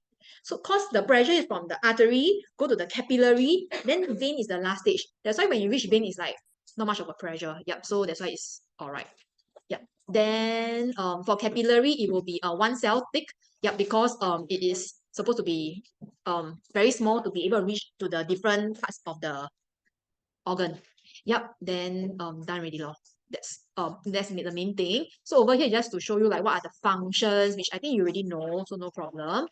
Yep, then the last part over here is just the movement of the substances. Yep, so generally useful stuff should go into the cell. Then the waste material should come out from the cell. And all these are by diffusion because they are all not water. Yep. Then this one is exchange of gases. Yep, so mainly like how oxygen and carbon dioxide move is all by diffusion, which I think you can read over here. Like it's very straightforward. Yeah, like that. Then done more. So over here, same thing, the MCQ, you can try on your own. Then for the open-ended question here, because I don't have time already, so why not you just give it a try on your own, then you can still check the answer with the answer key provided. Okay? Yep, so done. That's all for today. Okay, so I shall now show you all the answer key, then you can actually like have a copy, then you can continue to go home and like try it out. Okay, so let me flash the answer key now. Oh wait. Wait. Let me close first. Hold on to make sure that I give you the correct one. Okay, this is the answer key. Yep, so can everyone physically present here and those online, can you scan and get a copy of the answer key? Yeah, so I'll recommend that you continue to finish up this paper, yeah, take it as a practice. Yeah, so that then you check the answer. And then next is you're done scanning, right? Okay, so right, yeah, so overall hope that you have benefited from the lesson today. So if any of you like is looking for tuition, just to let you all know that we actually offer free trial lesson. That means you can attend a free lesson 2 hours for free to give it a feel before you even want to like sign up for tuition. Yeah, so this will actually you can sign up for the free trial lesson for next year's classes from October onwards. Yeah, so once you sign up, then we'll inform you to come down in November to like attend a free lesson. Yeah, then our official start tuition date depends on teachers. Some teachers start in November. Like for me, I very chill. I start in December one. Yeah, so if you're keen, you can join us. Then next is yes, we will greatly appreciate if you can give us some like Google review on like how you find like overall like this event, like does this event help you? And then like for my lesson also. Yeah, so can you do a quick scan and give us some feedback? Yeah, thank you very much. Yep, so done. That's all for today. So hope you have benefited and learned some skills from this lesson. Yep, so here is me, Miss Felicia. So I'll end of the lesson here for today then. Yep, so thanks for coming today then. Yep, so see you then. Bye-bye. Yeah, Shirley, I'll answer you after class.